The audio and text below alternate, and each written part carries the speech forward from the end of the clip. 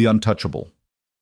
Elena Cruz thought she could disappear before anyone discovered her secret, the consequence of one reckless night with Adrian Voss, the ruthless CEO, whose empire walked the line between legitimate business and something far darker. She had her resignation letter ready, her escape plan down to the minute. But Adrian Voss didn't build an empire by letting valuable things slip away. The moment he learned the truth, everything changed. What she thought was freedom became captivity. What she believed was protection felt like control. And what started as a mistake might become the most dangerous relationship of her life. If you're ready for a story of power, secrets, and impossible choices, stay until the end. Hit that like button and comment your city below. I want to see how far this story travels. The resignation letter sat in Elena Cruz's desk drawer like a ticking bomb. She'd rewritten it 17 times over the past 3 days, each version attempting to strike the impossible balance between professional courtesy and absolute necessity. How did you tell one of the most powerful men in the city that you were leaving without explanation? How did you walk away from Adrian Voss without him demanding to know why? The answer was simple: you didn't. Elena's fingers trembled as she pulled the envelope from the drawer one more time, staring at her carefully crafted lies. Pursuing new opportunities. Grateful for the experience. 2 weeks' notice. All of it bullshit. All of it necessary. Because the truth, the real truth, would destroy everything. She pressed her hand against her stomach, still flat beneath the tailored navy dress that had become her uniform. 12 weeks. The doctor had confirmed it yesterday, though Elena had known for nearly a month. Known and denied and bargained with a universe that clearly wasn't listening. Ms. Cruz. The intercom on her desk crackled to life with Adrian's voice, cool and commanding even through the speaker. My office, now. Elena's heart stuttered. She'd been his executive secretary for 3 years, and she knew every inflection of that voice. This wasn't a request. This wasn't even a command. This was something else entirely. She slipped the resignation letter into her blazer pocket and stood, smoothing her dress with shaking hands. The floor-to-ceiling windows of the executive suite stretched across the 42nd floor of Mercer Holdings' headquarters, offering a view of the city that had once made her feel powerful. Now it just made her feel trapped. The distance between her desk and Adrian's office was exactly 43 steps. She'd counted them 1,000 times during her employment here, usually while preparing herself to face whatever crisis required her attention. But she'd never counted them like this, like a condemned woman walking toward her execution. His door was already open. Adrian Voss stood behind his desk, his back to her as he gazed out at the cityscape. Even in silhouette, he commanded attention. 6'3", broad-shouldered, with the kind of presence that made rooms go quiet when he entered. His dark suit was custom-tailored, perfectly fitted to a frame that spent more time in the private gym than anyone in the building realized. His black hair, shot through with silver at the temples despite being only 38, was combed back with the same precision that characterized everything about him. He'd been handsome the night they'd crossed every line. He was still handsome now. That was part of the problem. Close the door. Elena's stomach dropped. In 3 years, he'd never asked her to close the door.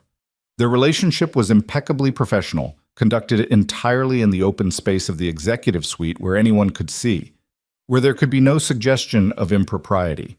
Except, of course, for that one night 2.5 months ago, when everything had gone spectacularly, irreversibly wrong. She closed the door. The click of the latch sounded like a cell door locking. Sit down, Elena. He still hadn't turned around. She couldn't decide if that made this easier or harder. I prefer to stand, Mr. Voss. Now he turned, and the full force of those ice-blue eyes hit her like a physical blow. Adrian Voss had built an empire through a combination of brilliant business acumen and absolutely ruthless determination. Those eyes had stared down hostile board members, rival CEOs, and, according to the whispered rumors that swirled around him like smoke, men who operated in far darker worlds than corporate America. They were staring at her now with an intensity that made her knees weak. We both know you're not going to like what I'm about to say, Adrian said, his voice quiet but edged with steel. So I'd prefer you sitting down when I say it. Mr. Voss, I don't think you're pregnant. The words hung in the air between them like a grenade with the pin pulled. Elena's carefully constructed composure cracked. I don't know what you're talking about. Don't! The single word cracked like a whip. Adrian moved around the desk with the predatory grace that had always made her heart race for all the wrong reasons. Or maybe all the right ones. She'd never been sure. Don't insult both of us by lying. I've known you for 3 years, Elena. I know when you're hiding something. You're mistaken. Her voice was steady despite the panic clawing up her throat. I came in here to discuss the resignation letter in your pocket. He was close now. Too close. Invading the careful space she'd maintained between them since that night. Did you think I wouldn't notice? You've been distracted for weeks. Pale. Avoiding coffee. Leaving early for appointments you won't explain. Heat flooded her cheeks. She'd been so careful. So impossibly careful. I hired an investigator, Adrian continued, and Elena's world tilted sideways. Not to spy on you. To protect you. There have been threats against my executives.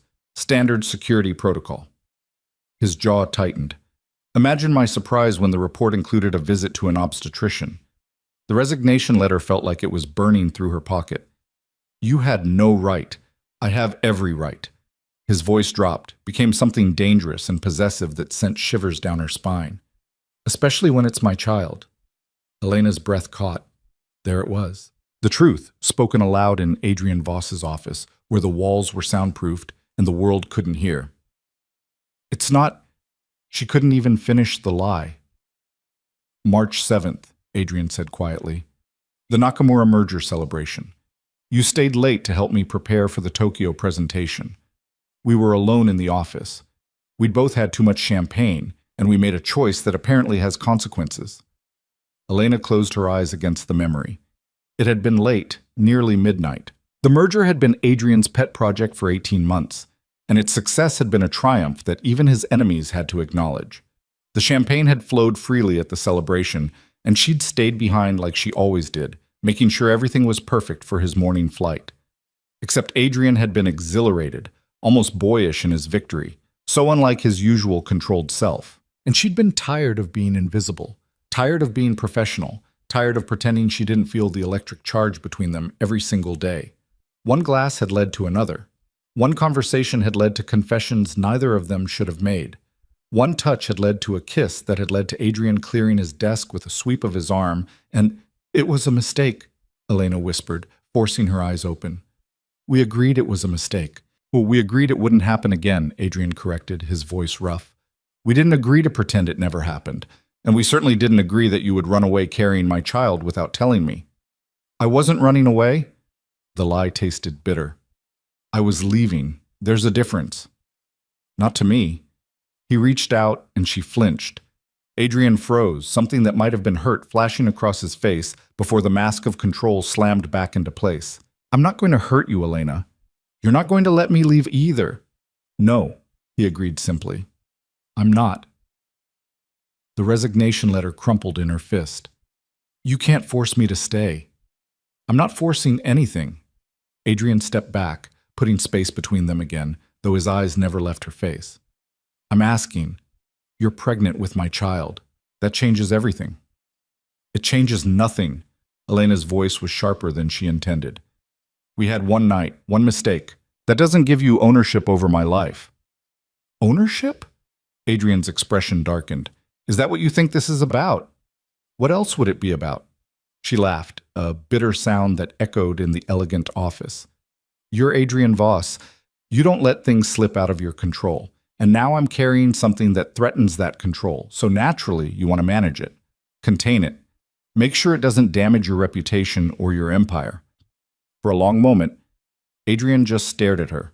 Then, unexpectedly, he smiled, a cold, dangerous expression that reminded her exactly why people feared him. You think very little of me. I think realistically of you. Elena lifted her chin, refusing to back down despite the fear skittering through her veins. I've worked for you for 3 years, Mr. Voss. I know exactly who you are. Do you? He moved to his desk, pressed a button. Margaret, clear my schedule for the rest of the day. All meetings. No exceptions. Elena's eyes widened. What are you doing? We're going to have a conversation, Adrian said calmly. A real one. Without the titles and the professional distance and the lies we've been telling ourselves for 3 years. I don't want... Sit down. The command in his voice was absolute. Please. The please was what did it. Elena had heard Adrian Voss issue thousands of orders, but she'd rarely heard him say please. She sank into one of the leather chairs facing his desk, her heart hammering. Adrian sat across from her, not behind the desk but in the matching chair, turning it so they faced each other with nothing between them but air and truth. I know what people say about me, he began, his voice quiet but firm. I know the rumors, the whispers, that I have connections to organizations that operate outside the law, that Mercer Holdings is just a front for something darker. Elena said nothing. She'd heard those rumors too. Hell, she'd seen enough irregular meetings, enough late-night phone calls in languages she didn't speak, enough cash transactions that never appeared in official books to know there was truth beneath the smoke.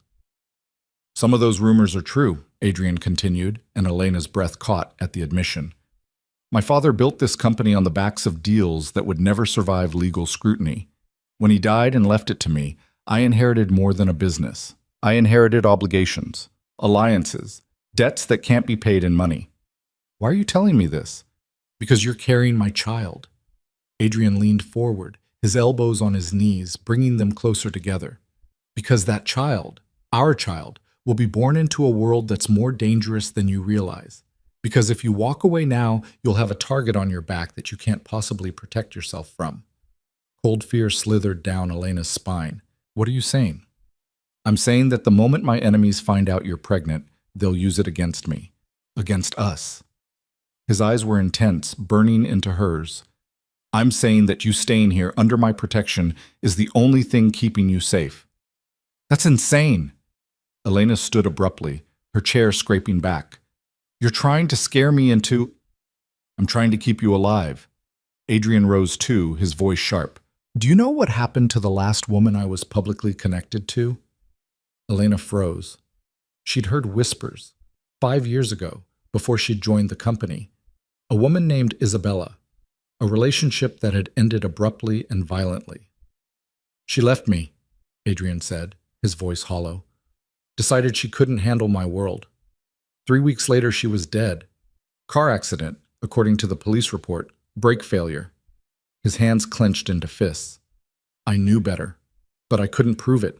Couldn't bring her back. All I could do was make sure the men responsible paid. The temperature in the room seemed to drop 10 degrees.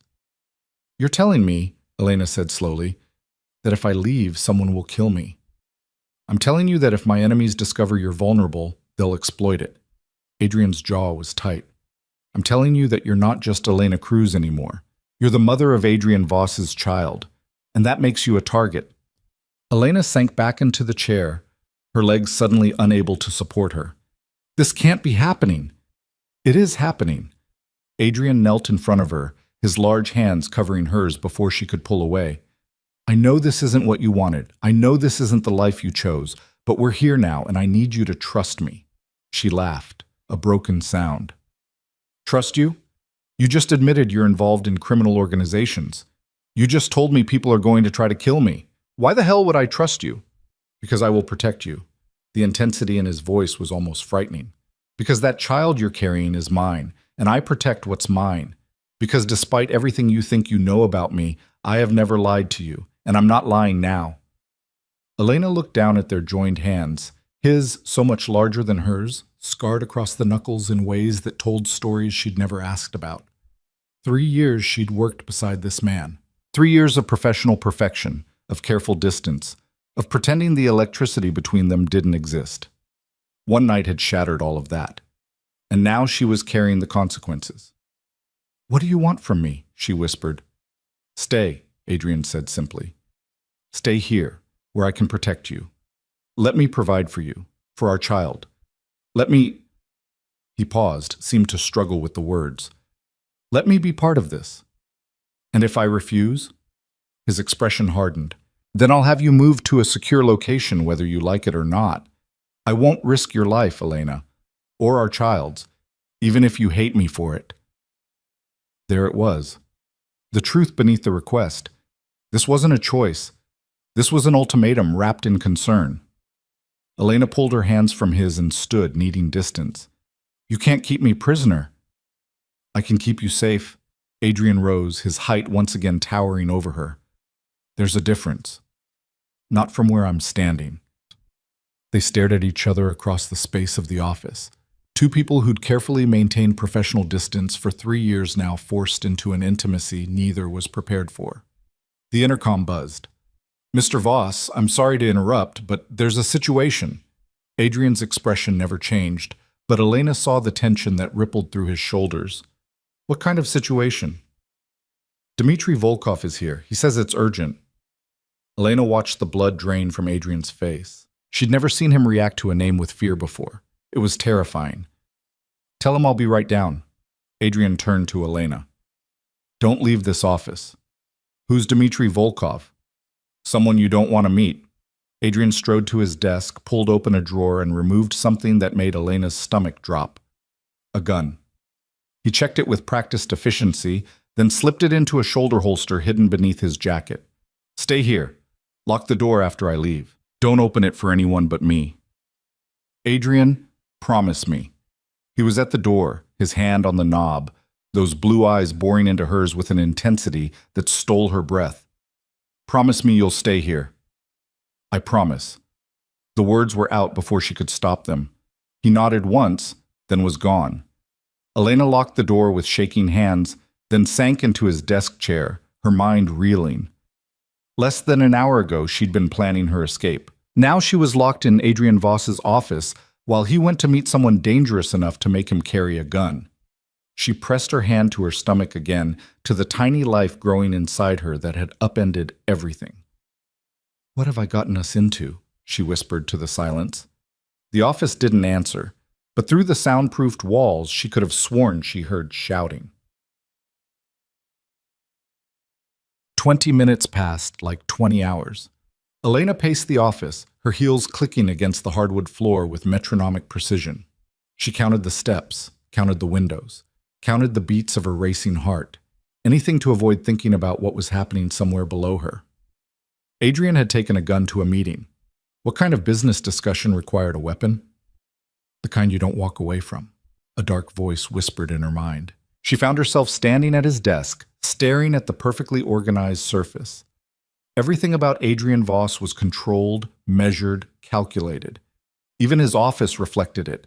Expensive but not ostentatious, powerful but not showy. The desk held only a laptop, a slim folder, and a photo frame turned toward his chair. Elena had never looked at that photo. In 3 years, she'd respected his privacy, never ventured into the personal space behind the professional facade. Now, with fear churning in her gut, and her entire future hanging in the balance, she reached for it. The photo showed a younger Adrian, maybe 25, without the silver in his hair or the hard edges around his eyes. He had his arm around a woman who looked like him, same dark hair, same sharp features. She was laughing at something off camera, and Adrian was smiling at her with unguarded affection. On the back, in faded ink, Adrian and Sophia, 2013. Elena's throat tightened. She'd never heard Adrian mention a Sophia, never seen any evidence of family in his carefully curated life. The door handle rattled, and Elena nearly dropped the frame. She shoved it back onto the desk, her heart in her throat.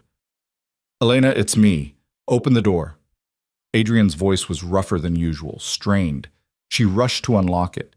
He looked like he'd been in a fight. His jacket was missing, his shirt partially unbuttoned, and there was a cut on his cheekbone that was bleeding sluggishly. But it was his eyes that made Elena's breath catch, dark with a violence she'd never seen in them before. What happened? She reached for him instinctively, her fingers going to the cut. Adrian caught her wrist, not roughly, but firmly. Don't. You're hurt. I'm fine. He released her and moved past, going to a cabinet hidden in the wall paneling. Inside was a first aid kit and a bottle of expensive scotch. He grabbed both. We need to talk. No kidding. Elena watched him pour 2 fingers of scotch, down it in one swallow, then pour another. Adrian, what? Dmitry Volkov knows you're pregnant. The words hit like a slap. How? Because I have a traitor in my organization. Adrian's voice was cold, controlled fury barely leashed. Someone's been feeding information to the Volkov family. They know about you, they know about the baby, and they're planning to use it. Elena sank into a chair, her legs giving out. Use it how? Adrian finally looked at her, and the raw, protective anger in his eyes made her shiver. They want leverage, control over my territory. They've offered me a deal. Give them access to my shipping routes, my contacts, my infrastructure, or they'll make sure you and the baby disappear. The room spun. They threatened to kill us. They threatened to take you. Adrian's hands clenched on the glass. Which is worse. Elena didn't want to think about what that meant. So what did you tell them? I told them to go to hell. He set the glass down with controlled precision. And then I made it very clear what would happen to anyone who touched you. The cut on your face. Dmitri wasn't happy with my answer. A ghost of a smile crossed Adrian's lips, cold and dangerous. But he's still breathing, which is more than I can say for the last man who threatened what's mine. Elena should have been terrified, should have been running for the door. Instead, she found herself asking, what happens now? Now we go public. Adrian pulled out his phone. I'm calling a press conference for tomorrow morning. We're going to announce the pregnancy, announce our relationship, and make it clear that you're under my protection. Our relationship? Elena's voice pitched higher. We don't have a relationship. We have a one-night stand and a complication. We have a child on the way. Adrian's voice was flat, brooking no argument. That's relationship enough. And once the world knows, the Volkovs can't touch you without starting a war. You're using me as a shield. I'm using the truth as a shield. He moved closer, and Elena forced herself not to back away. Elena, I know this isn't what you wanted. I know you plan to leave, to raise this child alone, to pretend that night never happened. But that option is gone now. The only way to keep you safe is to make you too visible to harm. She wanted to argue, wanted to scream into the unfairness of it all. But the cold logic of his words was undeniable. I hate this, she whispered. I know. For just a moment, Adrian's control slipped, and she saw something raw and almost vulnerable in his eyes. I know this isn't the life you chose, but it's the life we have now, and I swear to you, I will keep you safe, both of you. Elena looked down at her hands, at the resignation letter she'd forgotten was still crumpled in her pocket. All her plans, all her carefully constructed escape routes, rendered meaningless in the span of an hour. I need guarantees, she said finally, looking up at him. If I'm going to do this, if I'm going to let you turn my life upside down and parade me in front of the media, I need something from you. Adrian's expression sharpened. Name it. First, my own space. I'm not moving into some safe house where you can monitor my every move. I need my apartment, my life, my independence. Done. With security. Second, my career. I worked damn hard to get where I am. I'm not going to be reduced to Adrian Voss's pregnant girlfriend in the press. I want a real position with real responsibilities. You'll be promoted to VP of Strategic Operations. Adrian's response was immediate. You've earned it. The pregnancy has nothing to do with your qualifications. Elena blinked, surprised. VP? You're the most competent person in this building, Elena. The only reason you weren't promoted before is because I was too selfish to risk losing the best assistant I've ever had. A wry smile crossed his face. That particular concern is no longer relevant. Despite everything, Elena felt a flicker of warmth. Third, and this is non-negotiable, you tell me the truth. No more secrets. No more protecting me from the dangerous parts of your world. If I'm in this, I'm in it fully. I deserve to know what I'm up against.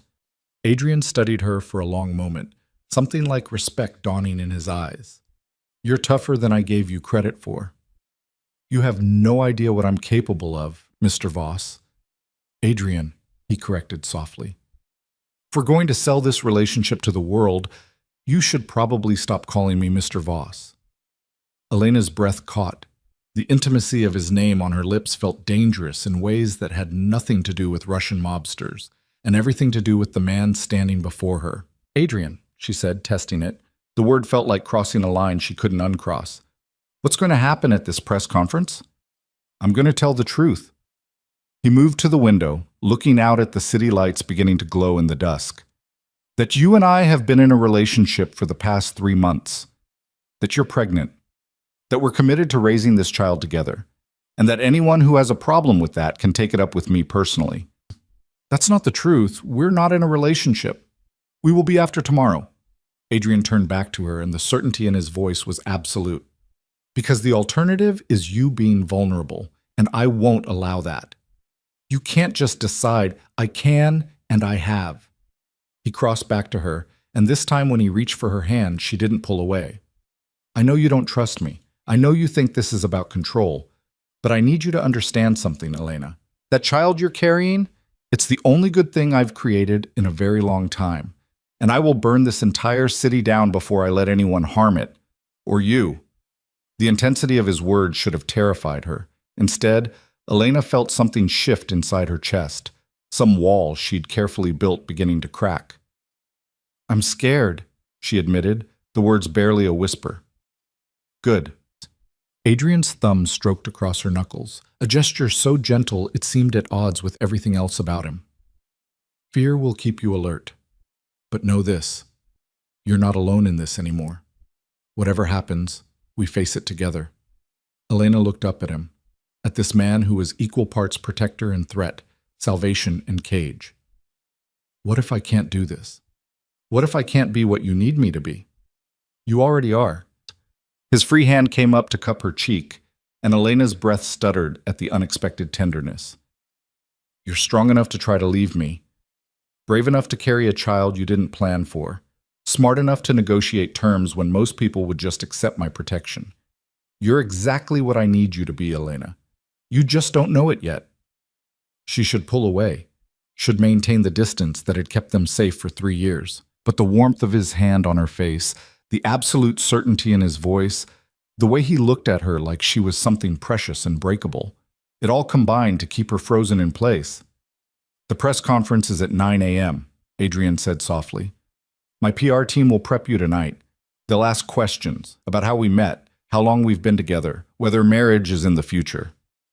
Is it? The question escaped before Elena could stop it. Marriage? Adrian's expression became unreadable. Do you want it to be? I don't know what I want anymore. Elena pulled back, needing the distance to think clearly. 24 hours ago, I wanted to disappear. Now I'm going to be standing in front of cameras claiming to be in love with you. You don't have to claim love. Adrian's voice was carefully neutral. Respect is enough. Partnership. We can build on that. Can we? Elena laughed bitterly. How do you build a relationship on a foundation of threats and ultimatums? The same way you build anything worthwhile. Adrian moved back to the scotch, poured another glass. One choice at a time. One day at a time. One moment of trust at a time. I don't trust you. Then trust this. He raised the glass in a mock toast. I will keep you safe. I will provide for our child. And I will never ever lie to you about the dangers we face. That's more than most relationships start with. Elena wanted to argue, wanted to point out all the ways this was wrong, impossible, doomed to failure. But the exhaustion was catching up to her, the weight of the day's revelations pressing down until she could barely breathe. I need to go home, she said quietly. I need to think. You'll have security. Adrian was already pulling out his phone. 2 men, rotating shifts. They'll be discreet. Of course they will. Elena moved to the door, then paused. Adrian? The woman in the photo on your desk. Sophia. Who is she? His expression shuddered completely. Someone I failed to protect. Someone whose death I carry every day. He met her eyes. She's why I won't fail you. Elena nodded, not trusting herself to speak. She left the office, left the building, left Adrian Voss standing in the gathering darkness of his empire. But she couldn't leave behind the truth that had just upended her entire world. She was going to have Adrian Voss's child. And tomorrow she was going to tell the world she belonged to him. The only question was whether she'd survive what came after. The security detail arrived at Elena's apartment building at 7 p.m., exactly when Adrian had promised. 2 men in dark suits, one positioned in the lobby, one outside her door. Professional, discreet, terrifying. Elena sat on her couch, staring at the untouched takeout container on her coffee table, and tried to process the fact that her life now required armed guards. Her phone buzzed. A message from an unknown number. PR team will arrive at 8. They'll need 2 hours. Get some rest before then. She should have been annoyed at his presumption, at the way he'd simply taken over her evening. Instead, she felt a strange flutter of something that might have been gratitude. At least someone was handling the logistics while her brain struggled to catch up with reality. Another message appeared. And Elena? Thank you. For staying. For trusting me enough to try. Her fingers hovered over the keyboard. What was she supposed to say to that? You're welcome for not running away from the father of my child. Thanks for threatening me into compliance. In the end, she typed nothing. Just set the phone down and pressed her hands against her flat stomach, wondering when she'd feel something. Movement, life. Proof that this wasn't all some elaborate nightmare. The knock came at exactly 8 o'clock. Elena opened the door to find a woman in her 50s with sharp eyes and an expensive briefcase, flanked by a younger man carrying what looked like a portable wardrobe. Ms. Cruz, I'm Veronica Kane, head of crisis communications for Mercer Holdings. The woman's handshake was firm, professional. This is Marcus, our image consultant. May we come in? Crisis communications. The term made Elena's stomach twist. Of course. She stepped back, letting them enter her modest apartment. It suddenly felt painfully small compared to the spaces Adrian inhabited. Veronica settled onto the couch with the efficiency of someone used to handling disasters. First, let me say congratulations on the baby. Second, let me say that what we're about to do tomorrow will change your life forever. Are you prepared for that? No, Elena said honestly, but I don't think I have a choice. There's always a choice. Veronica's expression softened fractionally. But some choices have consequences we can't afford. Adrian explained the situation with the Volkov family. He mentioned they want to kidnap me and use me for leverage. That's the sanitized version. Veronica pulled out a tablet, tapped it a few times, then turned it toward Elena. This is what happened to the last person who became leverage against Adrian Voss. The photos were brutal. Elena turned away after the first one, her hand covering her mouth. I'm sorry to show you that, Veronica said quietly, but you need to understand what we're protecting you from. The Volkovs don't make idle threats. If they get their hands on you, the best-case scenario is that Adrian gives them what they want and they return you alive. The worst case? She trailed off meaningfully. Elena forced herself to breathe through the nausea. What's the plan for tomorrow? We present you as Adrian's partner, strong, confident, choosing this relationship. The media will ask invasive questions. When did you meet? How long have you been together? Whether this baby was planned. We need your answers to be consistent with Adrian's. Marcus spoke for the first time, his voice surprisingly gentle. We also need to address your appearance. Right now you look like an executive secretary. Tomorrow you need to look like the woman who could capture Adrian Voss's heart. Elena bristled. What's wrong with how I look? Nothing, professionally. Marcus was already opening his cases, pulling out clothing. But the media expects a certain narrative. Powerful man, beautiful woman, unexpected romance. We're going to give them that narrative while maintaining your dignity and strength. The next 2 hours were a blur of wardrobe changes, makeup trials, and practiced responses to hypothetical questions. Veronica drilled her relentlessly. How did you and Adrian fall in love? We worked together for 3 years. The professional respect grew into something more personal. When did the relationship turn romantic? 3 months ago, after the Nakamura merger. At least that part was true. Was the pregnancy planned? It was unexpected but welcomed. The lie tasted bitter, but Veronica nodded approval. Will you be getting married? We're focused on preparing for the baby right now. Marriage is a conversation for later. By 10 o'clock, Elena's head was pounding and her feet ached from standing in the 4-inch heels Marcus insisted she needed. But when she looked in the mirror, she barely recognized herself. The woman staring back wore a cream-colored dress that somehow managed to be both modest and devastating, fitted enough to show her figure but loose enough to hide the barely there bump. Her dark hair was styled in soft waves instead of her usual severe bun. The makeup was subtle but transformative, emphasizing her eyes and making her look polished, powerful, untouchable. Perfect, Marcus murmured. You look like you belong at his side. I look like someone pretending to belong at his side, Elena corrected. Veronica stood, gathering her materials. Then pretend convincingly. Your life may depend on it. She paused at the door. Elena? Adrian Voss is many things, some of them frightening, some of them brilliant, most of them complicated. But he protects what's his with a ferocity that's almost legendary. You could do worse than having that protection. After they left, Elena stood in her transformed apartment, clothing racks everywhere, makeup covering her bathroom counter, her quiet life invaded and reorganized, and wondered who she was becoming. Her phone buzzed again. Veronica says you did well. I knew you would. Car will pick you up at 8:30 tomorrow. Try to sleep. Elena typed back before she could think better of it. Are you sleeping? The response came immediately. No, too much to prepare. Too many people to remind that touching you would be the last mistake they ever make. Despite everything, Elena felt her lips curve into a smile. Violent threats aren't romantic, Adrian. They are when they're sincere. Sleep, Elena. Tomorrow we change everything. She did sleep eventually, though her dreams were filled with cameras and questions and ice blue eyes that promised both salvation and destruction. The car that arrived at 8:30 was a black town car with tinted windows and a driver who introduced himself simply as Davis. The same security detail from last night climbed into a second vehicle that followed them through morning traffic. Elena's hands wouldn't stop shaking. They pulled up to Mercer Holdings at 8:55. A crowd had already gathered. Journalists, cameras, curious onlookers drawn by the mysterious press conference announcement that had gone out late last night. Ms. Cruz, Davis appeared at her door. Mr. Voss is waiting inside. Are you ready? No, she would never be ready. But she nodded anyway. The lobby of Mercer Holdings had been transformed into a media staging area. Cameras lined the back wall, reporters filled rows of chairs, and at the front stood a podium with the company logo.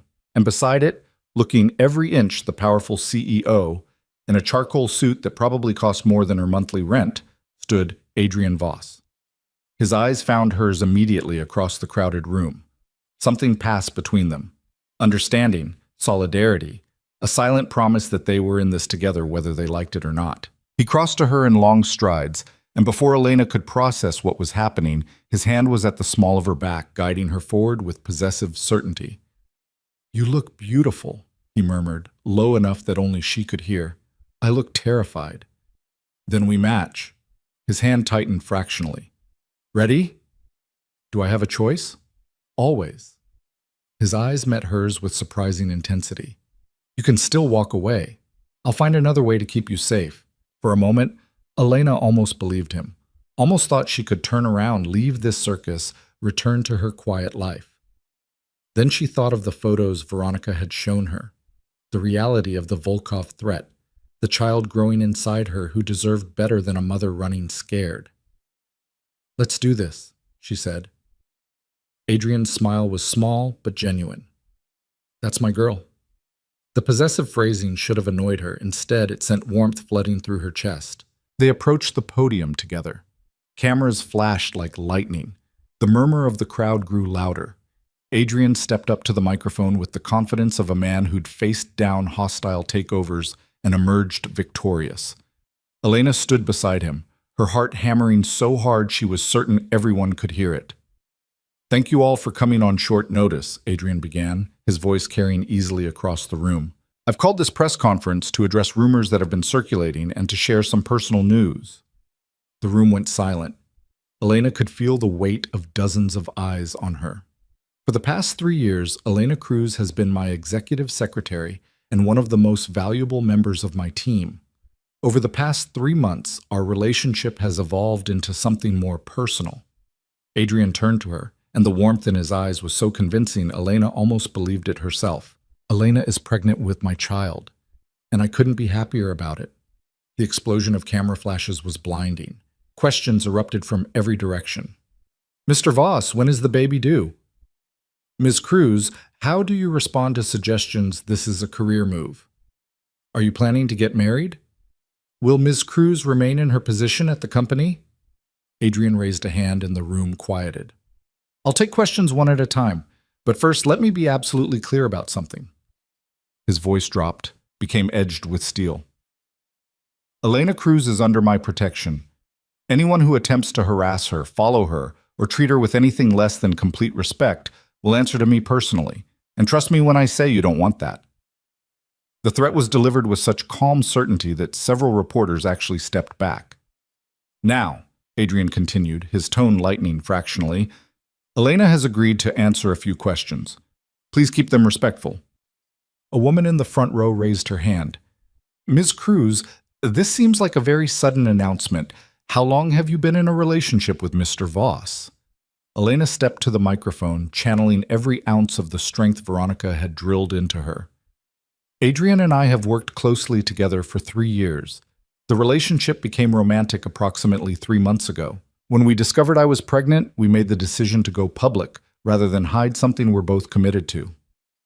Was the pregnancy planned? Another reporter, male, with skeptical eyes. It was unexpected, Elena said evenly, but welcomed. Mr. Voss, you've been famously private about your personal life. Why go public now? Adrian's hand found Elena's, his fingers threading through hers with easy intimacy. Because the woman I care about and my unborn child deserve better than being treated like a secret. Because I'm proud of this relationship and this family we're building. And because I want the world to know that they're mine. The possessiveness in his voice sent shivers down Elena's spine. He was playing his role perfectly. The powerful man claiming his woman with absolute conviction. She just wished she could tell where the performance ended and reality began. Ms. Cruz, will you continue working at Mercer Holdings? This was the question Veronica had prepared her for extensively. I've been promoted to Vice President of Strategic Operations, Elena said, lifting her chin. My pregnancy has no bearing on my professional capabilities. I earned this position through 3 years of dedicated work, and I intend to continue contributing to this company's success. Some might suggest the promotion is related to your personal relationship with Mr. Voss. Some people will always find reasons to diminish a woman's achievements. Elena's voice sharpened. I've been managing complex international negotiations, overseeing million-dollar projects, and serving as the operational backbone of this company for years. The only thing that's changed is that Adrian finally recognized what I've been contributing all along. Adrian's hand tightened on hers, and when she glanced at him, she saw something like pride in his eyes. The questions continued for another 20 minutes. Most were variations on the same themes: timeline, plans for the future, how they'd keep their relationship professional at work. Elena answered with the smooth confidence Veronica had trained into her, while Adrian stood beside her like an immovable force. Finally, Veronica stepped forward. That's all the time we have today. Thank you for coming. As they turned to leave, a voice rang out from the back. Mr. Voss, is it true you have connections to the Volkov crime family? Elena felt Adrian go rigid beside her. I have business connections throughout this city, he said carefully. Some of them are complicated, but my personal life is exactly that, personal, and off limits. What about reports that Elena Cruz is being used as leverage in a territorial dispute? Adrian's expression went cold in a way that made Elena's blood freeze. The only people who would use a pregnant woman as leverage are cowards who know they can't compete with me legitimately. And those cowards should understand something very clearly. Touching Elena would be the last mistake they ever make. Now, if you'll excuse us, my partner needs rest. He guided Elena away from the podium with a hand that trembled slightly with controlled rage. They made it to the elevator before she finally spoke. That last question was planted by the Volkovs to test me. Adrian stabbed the button for his office floor. They wanted to see how I'd respond to public pressure. And you just threatened them on live television. I made a promise on live television. The elevator doors closed, sealing them in privacy. There's a difference. Elena leaned against the wall, the adrenaline draining away and leaving her shaky. This is insane, all of it. The press conference, the threats, this whole situation. I know. Adrian moved closer, and despite the spacious elevator, she felt surrounded by him. But you did beautifully, strong, confident, everything I knew you could be. I was terrified. So was I. The admission surprised her. But we survived, together. The elevator dinged, doors opening to the executive floor. But before Elena could step out, Adrian caught her arm. I need you to know something, he said quietly. That promotion to VP, it wasn't because of the baby or our relationship. I've been planning it for months. You've earned it a dozen times over. I just didn't want to lose you as my assistant because I'm a selfish bastard who values competence. Elena searched his face, looking for the lie, found only sincerity. You mean that? Every word. His hand slid down her arm, gentle. You're brilliant, Elena. Don't let anyone, including me, make you doubt that. Before she could respond, Veronica appeared from Adrian's office. The press conference is already trending. Mostly positive coverage, though there are some conspiracy theories about the timing. There always are. Adrian released Elena, the professional mask sliding back into place. What's the security situation? 2 attempts to follow Ms. Cruz's car. Both were intercepted by our team. Veronica's expression was grim. The Volkovs are moving faster than we anticipated. Elena's heart skipped. Intercepted how? Our people made it clear that following you was a health hazard. Adrian's voice was flat. They won't try again. You had people hurt because they followed a car. I had people discouraged from stalking the mother of my child. Adrian met her eyes steadily. And I'll do worse if necessary. You need to understand that, Elena. I will do whatever it takes to keep you safe. Whatever it takes. The absolute certainty in his voice should have frightened her. Instead, she felt a complicated knot of emotions. Fear, yes, but also something warmer, something that felt dangerously like security. I need to get to work, she said, needing space to process. I assume my new office is ready? Top floor, corner view, full security system. Adrian gestured toward the elevator. Davis will show you up. And Elena, you have a meeting with the strategic operations team at 11. I'd suggest reviewing the files I sent to your email this morning. You sent me files this morning? When? Around 4 a.m., couldn't sleep. A wry smile crossed his face. Figured I might as well make sure you were properly briefed for your first day as VP. Elena found herself smiling despite everything. You're ridiculous. I'm thorough. He stepped back, creating professional distance. Go. Conquer your new position. Show everyone what I've always known, that you're the best damn executive in this building. She left before she could do something stupid, like thank him for the compliment. Or worse, admit that part of her liked this. The partnership, the respect, the way he looked at her like she was capable of anything. Her new office was everything he'd promised. Floor-to-ceiling windows with a view that rivaled Adrian's. A desk that looked like it cost more than her car. Dual monitors already set up with her login credentials. And on the desk, a single white orchid in an expensive pot. The card read simply, for new beginnings. Elena sank into the leather chair and pulled up her email. Sure enough, Adrian had sent her detailed briefings on every current strategic initiative at Mercer Holdings. The timestamp read 4:17 a.m. He'd been awake, working, preparing her for success when he could have been sleeping, when he should have been resting after threatening Russian mobsters and planning press conferences and upending both their lives. Her phone buzzed with a text. How's the office? She typed back. Obscene.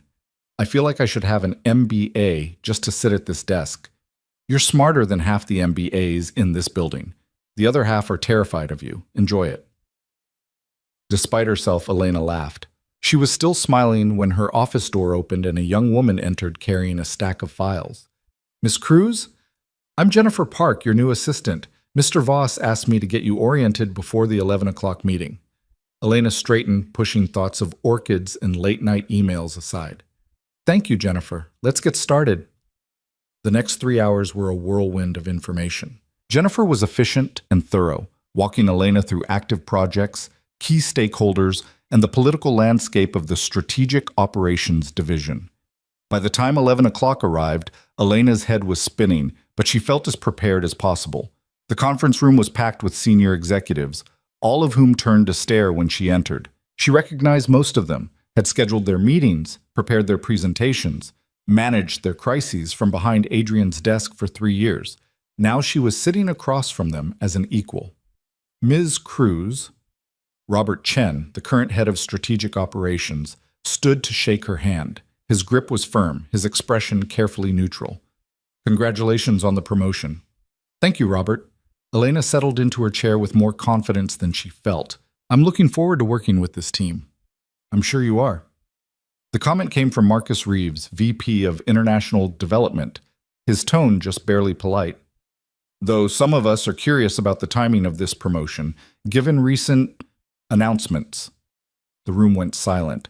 Elena met his eyes steadily. Are you suggesting I didn't earn this position, Marcus? I'm suggesting the optics are questionable. The optics are that Adrian Voss finally recognized what I've been contributing to this company for years. Elena's voice was calm but edged with steel. I've negotiated 3 major international contracts in the past 18 months.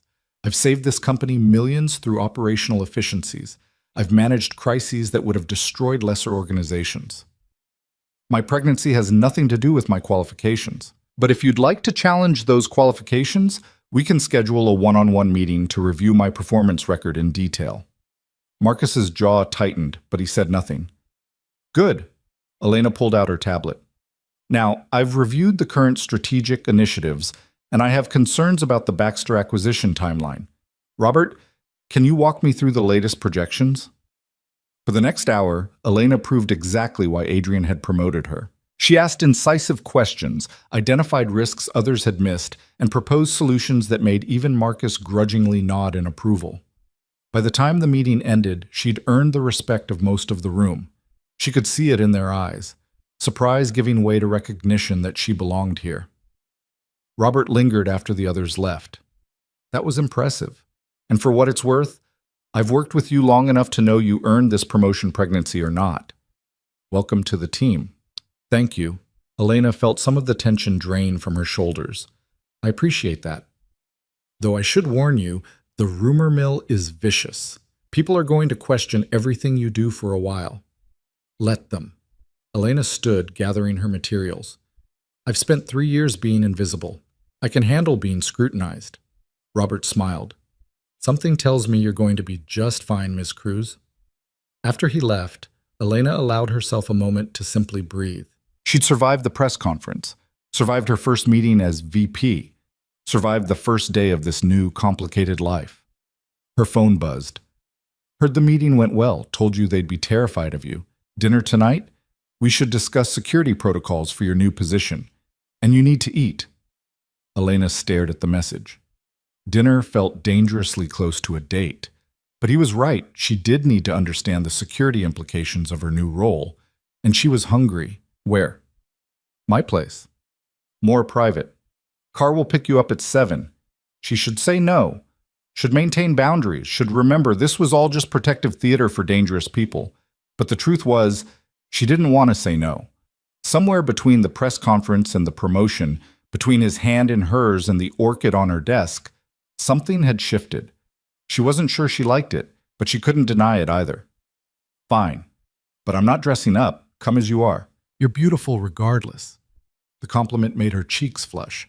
She set the phone down and tried to focus on work, but her mind kept drifting to ice blue eyes and dangerous promises. At 7 o'clock exactly, Davis appeared at her office door.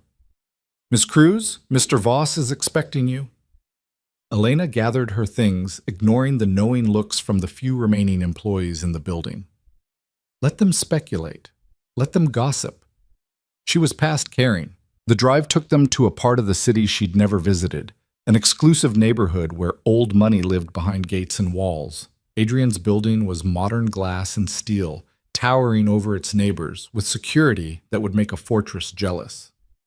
Mr. Voss owns the penthouse, Davis explained as they rode the elevator up. Top 3 floors. The security system is state-of-the-art.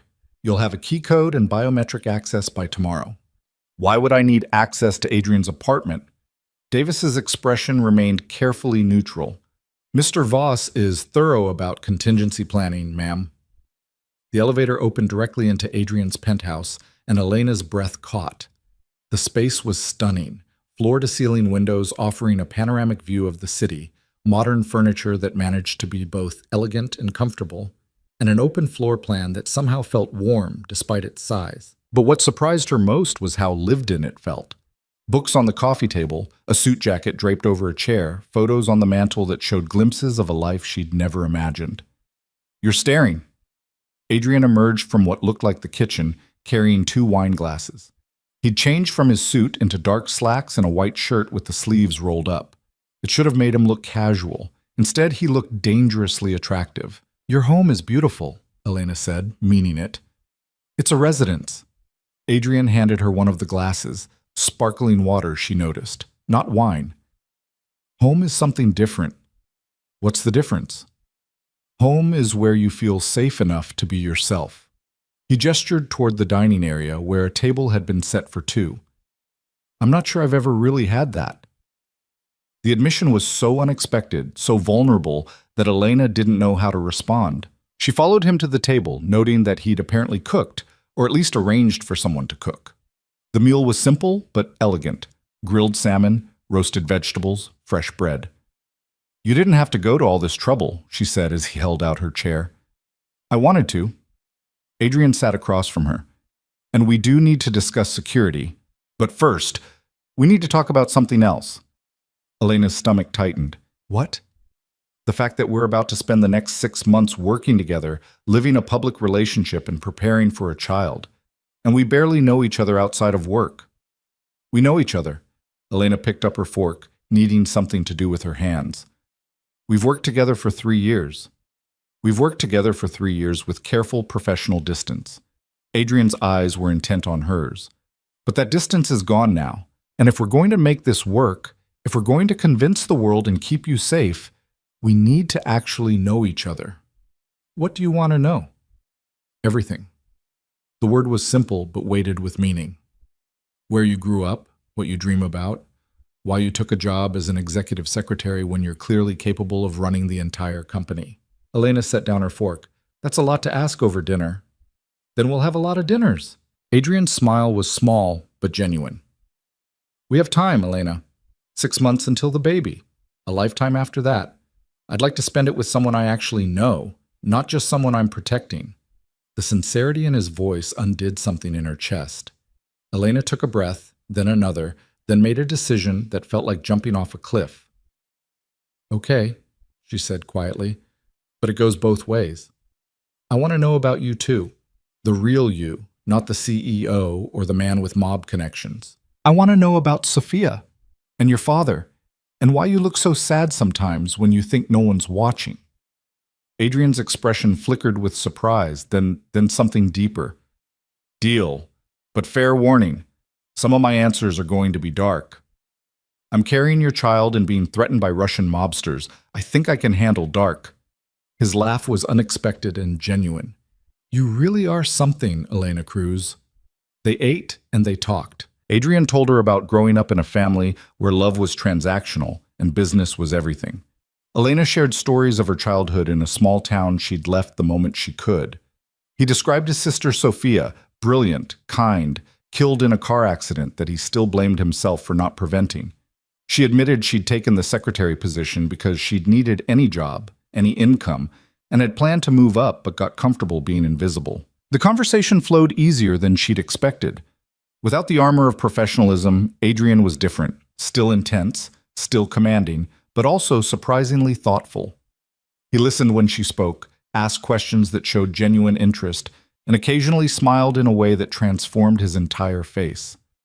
By the time dinner ended, Elena had learned more about Adrian Voss in 2 hours than she'd learned in 3 years of working beside him. "Thank you for tonight," she said as he walked her toward the elevator. "I needed this, to feel like a person instead of a problem to be solved." "You're not a problem, Elena." Adrian stopped in front of the elevator, his hand reaching up to tuck a strand of hair behind her ear. The gesture was achingly gentle. "You're something I didn't know I needed." Her breath caught. "Adrian, I know this isn't what you wanted. I know I pushed you into this, threatened you, left you no choice." His thumb brushed across her cheek. "But I need you to know that if I could go back, if I could do this differently, I would. I'd court you properly, give you time, let you choose me freely instead of out of fear." "You can't go back," Elena whispered. "No, but I can try to make the present better." His hand dropped, and she immediately missed the warmth. "Security briefing tomorrow. Your apartment or mine?" "Mine." She needed the familiar ground, the space that was still hers. 7 p.m. "Oh, I'll bring dinner again." The elevator arrived with a soft chime. Elena stepped inside, then turned to face him. "Adrian?" Tonight. This was nice. The talking, getting to know you. We'll do it again, he promised. As many times as it takes for you to trust me. I'm starting to, she admitted. That's what scares me. The doors closed on his small, devastating smile, and Elena leaned against the elevator wall, her heart racing. She was starting to trust Adrian Voss, starting to see him as more than just the father of her child or the man threatening to protect her. She was starting to like him. And that, she realized with dawning horror, was the most dangerous thing of all. 3 weeks passed in a blur of new routines and carefully maintained boundaries that were becoming harder to defend with each passing day. Elena settled into her role as VP with a competence that silenced even her harshest critics. She restructured the Strategic Operations Division, negotiated a partnership with a European firm that had everyone talking, and managed to do it all while morning sickness hit her like a freight train every day around 10 a.m. Adrian noticed everything. He started keeping crackers in his office, scheduled her meetings for afternoons, never commented when she had to excuse herself suddenly, just shifted conversation seamlessly until she returned. The dinners continued, sometimes at his place, sometimes at hers, always with the pretense of discussing security or company business, but increasingly they just talked. About books they'd read, places they'd traveled, dreams they'd given up on, and ones they still harbored in secret. Elena learned that Adrian spoke 4 languages fluently, had studied philosophy in college before his father forced him into business, and had a devastating weakness for old jazz music. Adrian discovered that Elena had wanted to be a lawyer once, that she sent money to her younger brother every month to help him through medical school, and that she was terrified of becoming her mother, exhausted, bitter, trapped by choices she couldn't undo. "You're nothing like that," Adrian said one night as they sat on his balcony overlooking the city lights. "You're fierce, strong. You make hard choices and own them." "I didn't choose this."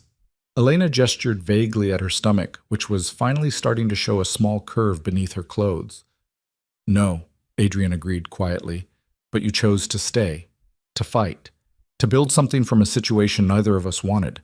That takes more strength than walking away would have."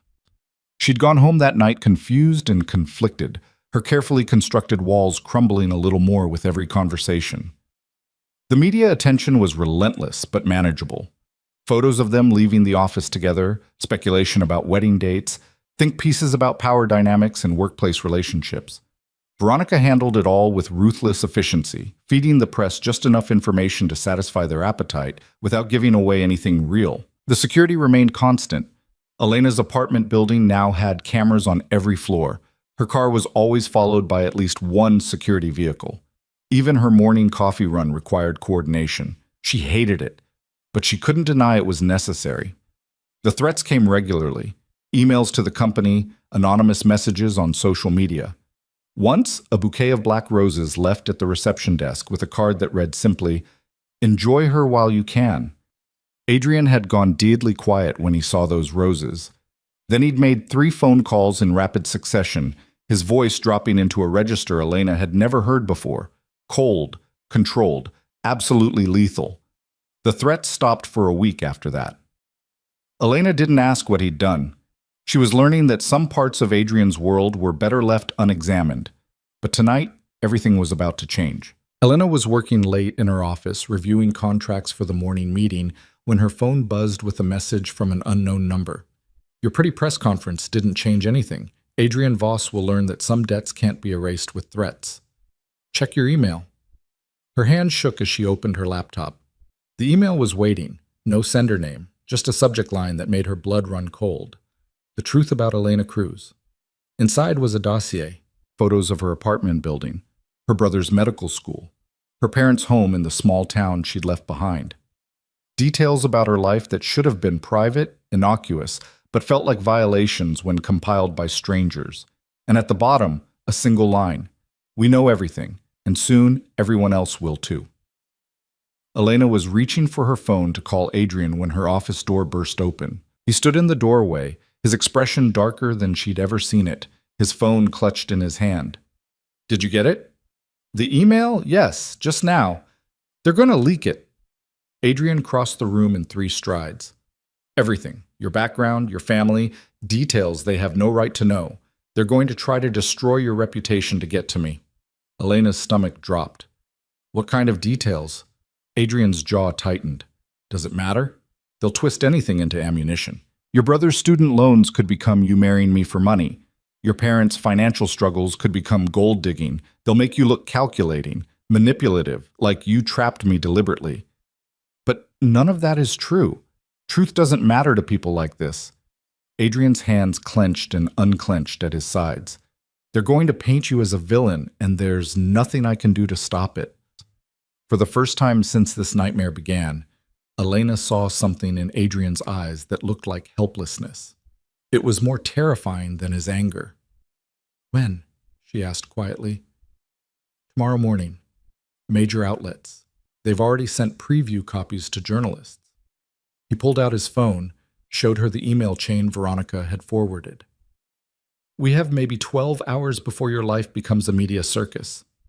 Elena sank into her chair, her hand instinctively going to her stomach. The baby, their baby, was barely the size of a lemon, but already its existence was tearing her world apart. What do? We fight back. Adrian knelt in front of her, his hands covering hers on her stomach. The gesture was unconscious, protective, devastatingly intimate. Veronica is already preparing a counter-narrative. We'll get ahead of the story, control the message. Adrian, stop.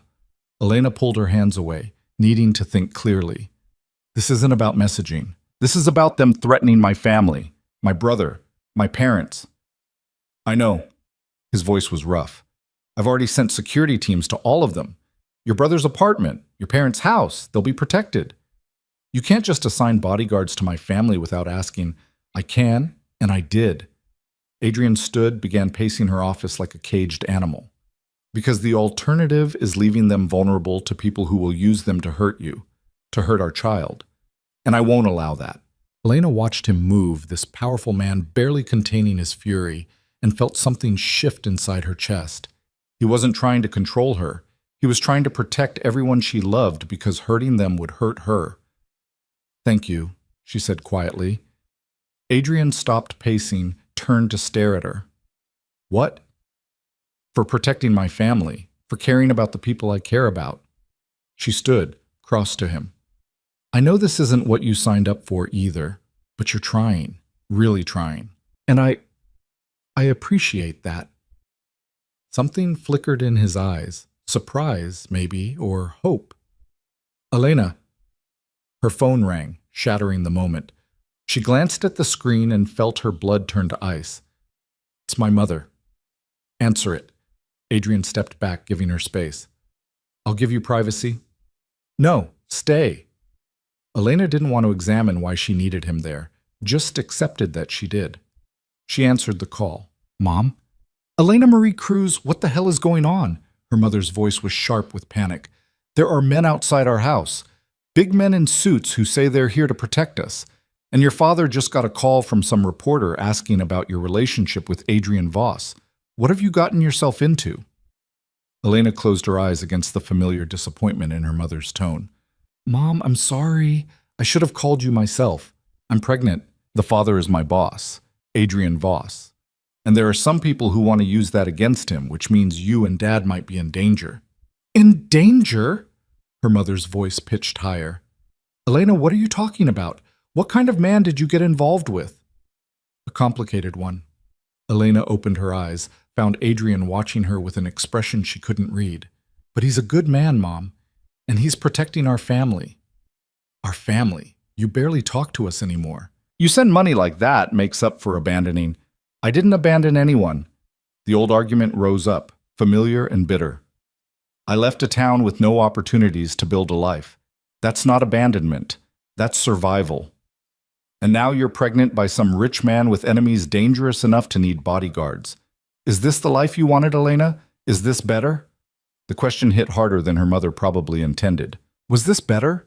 A high-powered job, a complicated relationship, a child on the way, and threats from Russian mobsters. She looked at Adrian, who was deliberately not listening but couldn't help hearing in the small office. At this man who brought her crackers during morning sickness and sent security teams to protect her family and looked at her sometimes like she was the most important thing in his world. Yes, Elena said quietly. It's better, because I chose it, Even the parts I didn't plan for, I'm choosing now. That's more than you ever had, Mom. Silence on the other end. Then, softer, "Is he good to you? This Adrian?" Elena's throat tightened. "He's trying to be. We're both trying." "Then I suppose that's all anyone can ask for." Her mother sighed. "Keep the security. Your father is already arguing with them, but keep them anyway. And Elena, call your brother. He's worried sick." "I will. I love you, Mom." "Love you too, baby. Even when you're making my hair gray with worry." The call ended and Elena set the phone down with shaking hands. "That went better than expected." "Your mother sounds formidable." Adrian's voice was carefully neutral. "She is. Had to be, raising 3 kids on a waitress's salary after my dad got injured and couldn't work construction anymore." Elena turned to face him fully. "She taught me that you do what you have to do, whatever it takes to protect the people you love." "Sounds like someone else I know." Adrian's expression softened. "Are you okay?" "No." The honesty surprised her. "I'm terrified. Of the media leak. Of the Volkovs. Of this whole situation. But I'm also—" She trailed off, searching for words. "Also what?" "Starting to believe we might survive this." Elena crossed to him, stood close enough to feel the heat radiating from his body. "Together. As a team. Not just as people forced into proximity." Adrian's hand came up to cup her face, his thumb brushing across her cheekbone in a gesture that had become familiar over their dinners. "Elena, I need to tell you something." "What?" "That night, the merger celebration, when everything changed between us." His eyes were intense on hers. "It wasn't just the champagne. It wasn't just physical. I'd been fighting feelings for you for months, maybe longer. And that night, for just a few hours, I let myself stop fighting." Elena's breath caught. "Adrian, I know this isn't the time. I know we have bigger problems right now. But if we're facing down a media storm tomorrow, if the whole world is going to dissect our relationship, I needed you to know the truth." His voice dropped, became almost vulnerable. "This might have started as a mistake, but it's not one I regret. Not anymore." Elena's heart was racing so fast she thought it might burst. "You're saying you have feelings for me. I'm saying I've had feelings for you for a long time. I just didn't know how to handle them until circumstances forced my hand." A wry smile crossed his face. "Not my finest moment of emotional intelligence." Despite everything, the threats, the fear, the impossible situation, Elena laughed. "That might be the understatement of the century." "Probably." Adrian's other hand found her waist, pulling her incrementally closer. "But we're here now, and I'm asking you, before the storm hits tomorrow, to tell me the truth. Is there any chance you could feel the same way? Eventually? Or am I deluding myself?" Elena looked up at this man who'd upended her entire life, who'd threatened and protected and infuriated her in equal measure, who brought her dinner and learned her coffee order and looked at her like she was precious, who was offering her a future she'd never imagined but was starting to want desperately. "I don't know what I feel," she said honestly, "except that when I'm with you, I feel less afraid. And when you look at me like you are right now, I feel like maybe this whole mess might actually turn into something good." "That's enough." Adrian's smile was small, but genuine. "That's more than enough to work with." He was leaning down, and Elena was rising up to meet him when her office door flew open again. Veronica stood in the doorway, her expression grim. "We have a problem. A bigger one."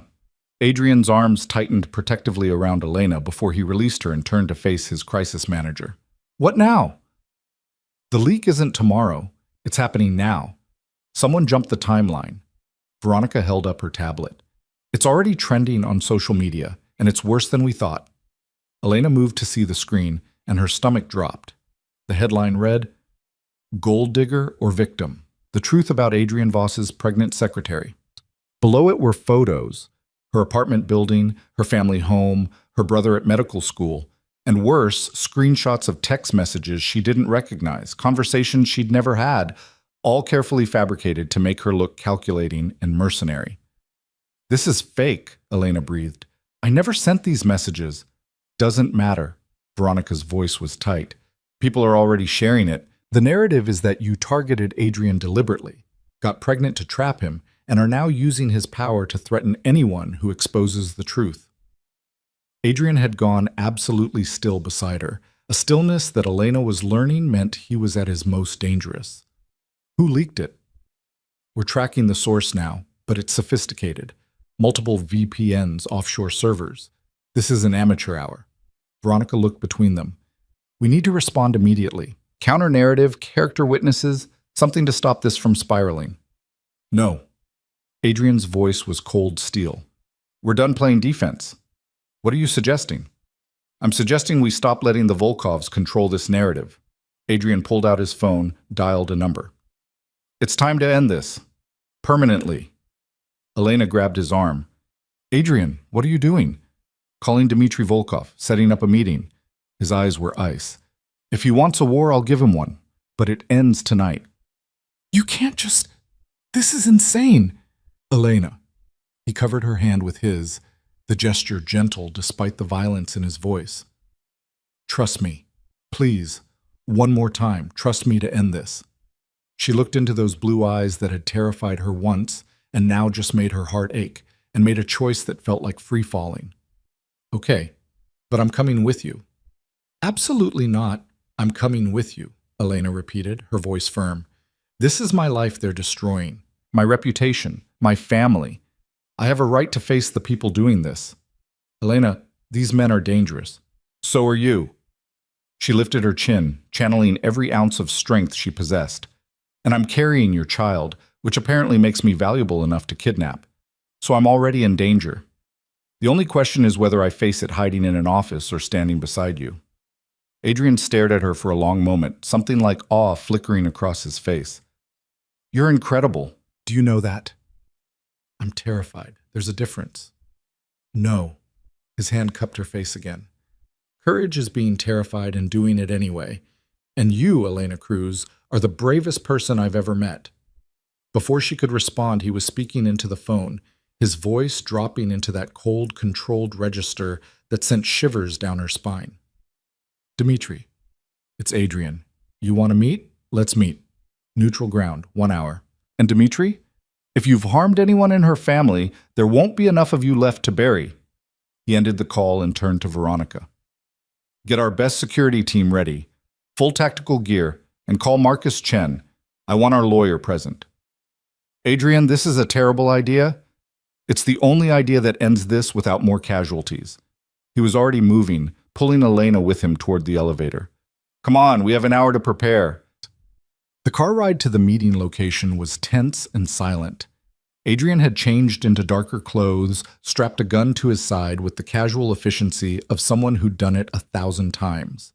Elena sat beside him in the back of the armored town car, her hand resting on her stomach, trying to calm the racing of her heart. Where are we meeting? She asked finally. One of my warehouses near the docks. Neutral territory, plenty of space for both security teams and cameras everywhere. Adrian's hand found hers, squeezed. I won't let anything happen to you. What about you? I've been doing this since I was 23, when my father died and I inherited his empire and all its complications. His voice was matter of fact. I know how to handle men like Dmitry Volkov. The warehouse was exactly as he'd described, massive, industrial, with Adrian's security team already positioned at every entrance. Elena counted at least a dozen men, all armed, all watching the perimeter with professional alertness. Inside, the space was cavernous and cold. Adrian led her to a cleared area in the center where 2 chairs sat facing each other with about 10 feet of space between them. You'll sit here. He gestured to one of the chairs. I'll be across from Dmitry. Security will be watching from the catwalks. At the first sign of trouble, you run. Davis will be right behind you, and he'll get you out. Adrian, promise me. His hands gripped her shoulders, his eyes burning into hers. Whatever happens, you run. You protect our child. Promise me, Elena. She wanted to argue, wanted to insist she wouldn't leave him, but the absolute desperation in his voice stopped her. I promise. He kissed her forehead, a gesture so tender it made her throat tight. Thank you. For trusting me, for being here, for being you. Before she could respond, the warehouse doors opened.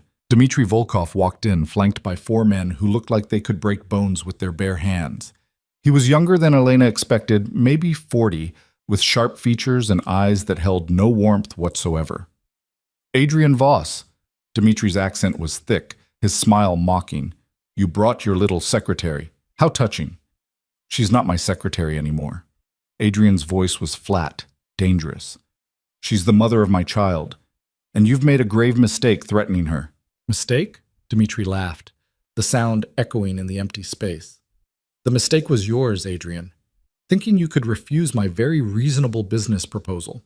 Thinking you could protect everyone you care about. Thinking you're untouchable. I am untouchable. Adrian sat in the chair facing Dmitry with the casual confidence of a king on a throne. And so is she, which is why we're here, to make sure you understand that. Dmitry settled into his own chair, still smiling that cold smile. You want to negotiate? Fine. Give me access to your shipping routes, your contacts in Europe, your distribution network, and I'll make all of this, he waved vaguely at Elena, go away. No. Adrian's voice was absolute. You'll retract every lie you've published about her. You'll destroy whatever dirt you think you have on her family. And you'll leave this city and never threaten what's mine again. Dmitry's smile faded. You're not in a position to make demands. I'm in the only position that matters. Adrian leaned forward, his voice dropping to something almost conversational. You see, Dmitry, while you were busy fabricating text messages and threatening pregnant women, I was busy too. I bought your debt. All of it. The money you owe to the Bratva. The loans you took out to expand your territory. The gambling debts your idiot nephew racked up in Atlantic City. All of it. It's mine now. The color drained from Dmitry's face. You're lying. Am I? Adrian pulled out his phone, tapped the screen, and suddenly the warehouse's projection system lit up with documents. Loan agreements, debt transfers, all bearing Dmitry Volkov's signature. I own you now, and I'm calling in everything unless you do exactly what I say. Elena watched Dmitry's expression cycle through disbelief, rage, and finally, fear. This was Adrian's world, the one he'd warned her about, where power was currency and debts were weapons. You can't. The Bratva won't allow. The Bratva already approved the transfer. Adrian's smile was colder than ice.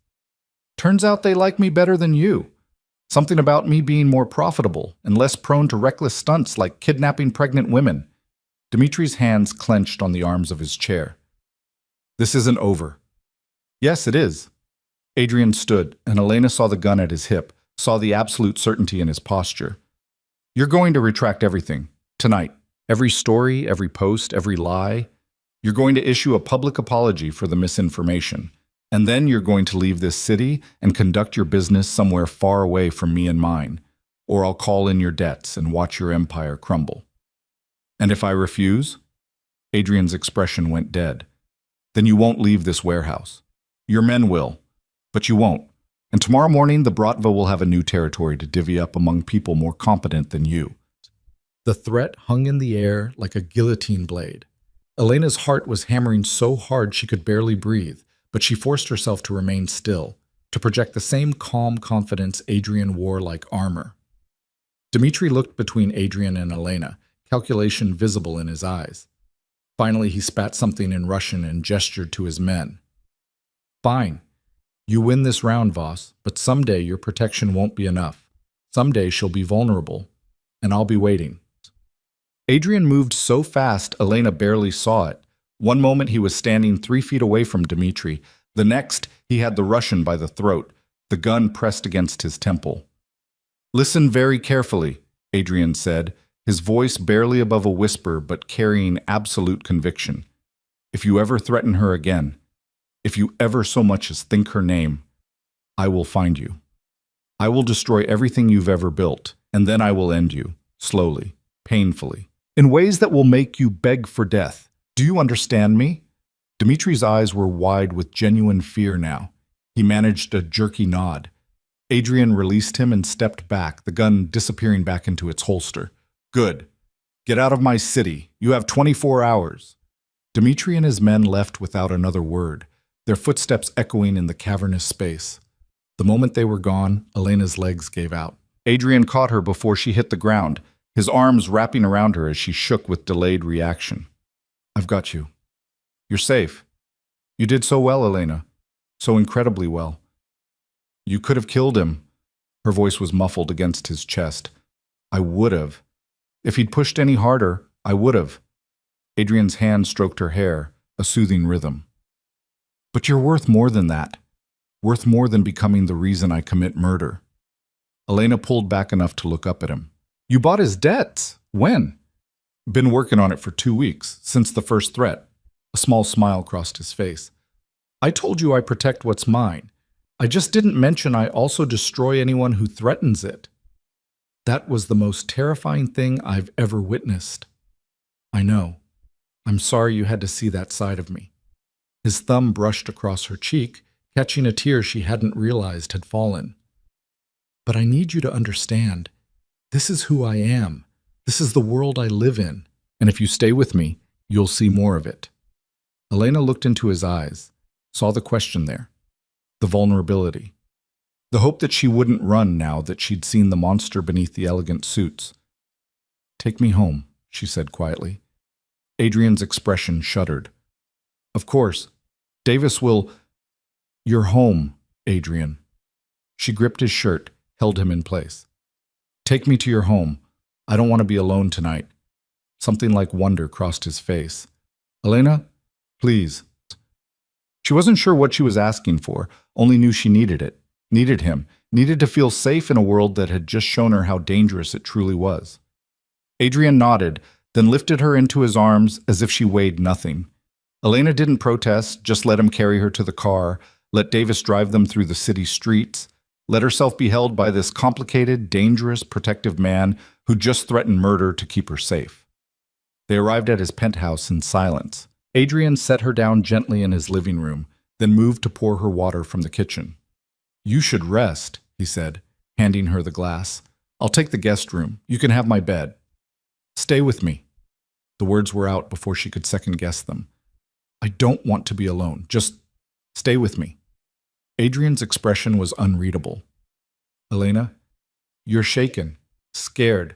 I don't want to take advantage. You're not. She set down the water and moved closer to him. I'm asking, clearly. I want you to stay with me, hold me, help me forget what I just saw for a little while. I don't know if I can forget, Adrian admitted. I keep replaying what could have gone wrong. What would have happened if he'd called my bluff? You weren't bluffing. Elena's hand found his chest, felt his heart racing beneath her palm. You would have killed him. For me. For our child. In a heartbeat. No hesitation. Does that terrify you? Yes. She met his eyes steadily. But it also makes me feel safer than I've ever felt in my life. And I don't know what that says about me. It says you're a survivor. Adrian's arms came around her, and Elena melted into the embrace. It says you understand that sometimes the world requires monsters to fight monsters. And it says you're brave enough to stand beside one. They stood there in his living room, holding each other as the adrenaline slowly faded and exhaustion took its place. Finally, Adrian pulled back enough to meet her eyes. Come on, let's get you to bed. He led her to his bedroom, a massive space dominated by a king-size bed with the windows overlooking the city. Elena sat on the edge while Adrian disappeared into his closet, returning with a soft t-shirt. This will be more comfortable than your dress. He handed it to her, then turned away to give her privacy. Elena changed quickly, the shirt falling to mid-thigh, smelling like him in ways that made her stomach flutter. You can look now. Adrian turned back, and something heated flashed in his eyes before he controlled it. You should sleep. It's been a hell of a night. Will you stay? She climbed under the covers, suddenly afraid he'd leave her alone. Do you want me to? Yes. He kicked off his shoes and slid into the bed beside her, staying carefully on top of the covers, maintaining that last boundary between them. Elena rolled toward him, and his arm came around her instinctively, pulling her close. Thank you, she whispered into the darkness, for protecting me, for ending this, for being terrifying and gentle at the same time. Thank you for not running. His lips brushed her forehead. For seeing the worst of me and staying anyway. Elena's hand found his over her stomach, their fingers intertwining over the tiny life growing inside her. We're in this together now, all the way. No more halfway, no more pretending this is just about protection. What is it about? Adrian's voice was rough with something that sounded like hope. I don't know yet.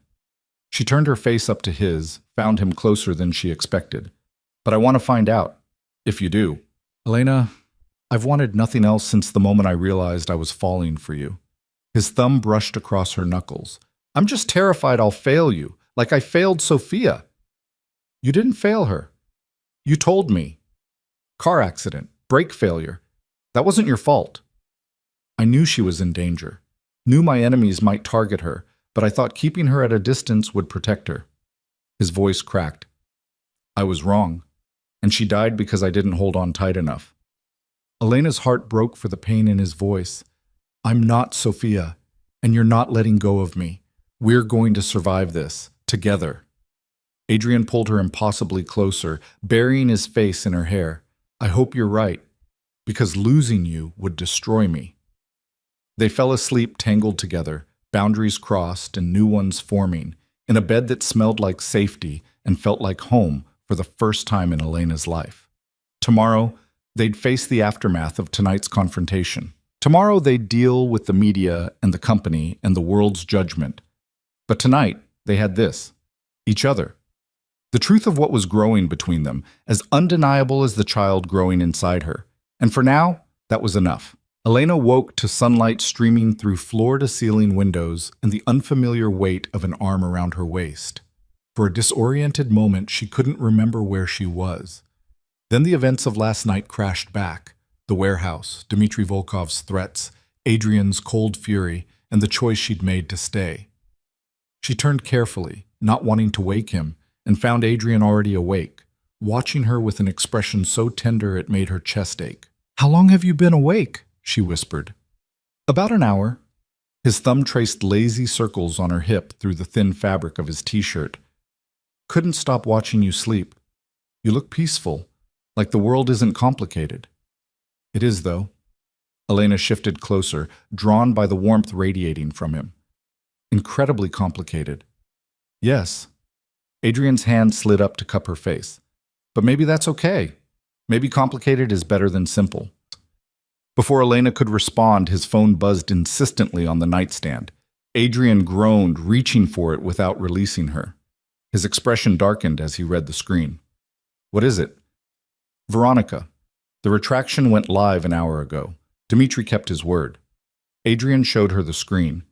Every major outlet that had published the fabricated story now had a prominent correction, citing unverified sources and misinformation. Some even included apologies to Elena directly. It's over? Elena couldn't quite believe it. The immediate threat, yes. Adrian set the phone down, his attention returning to her. But there will be fallout, questions about how the retraction happened so quickly, speculation about what leverage I used. The media doesn't like admitting they were wrong. Let them speculate. Elena surprised herself with her own certainty.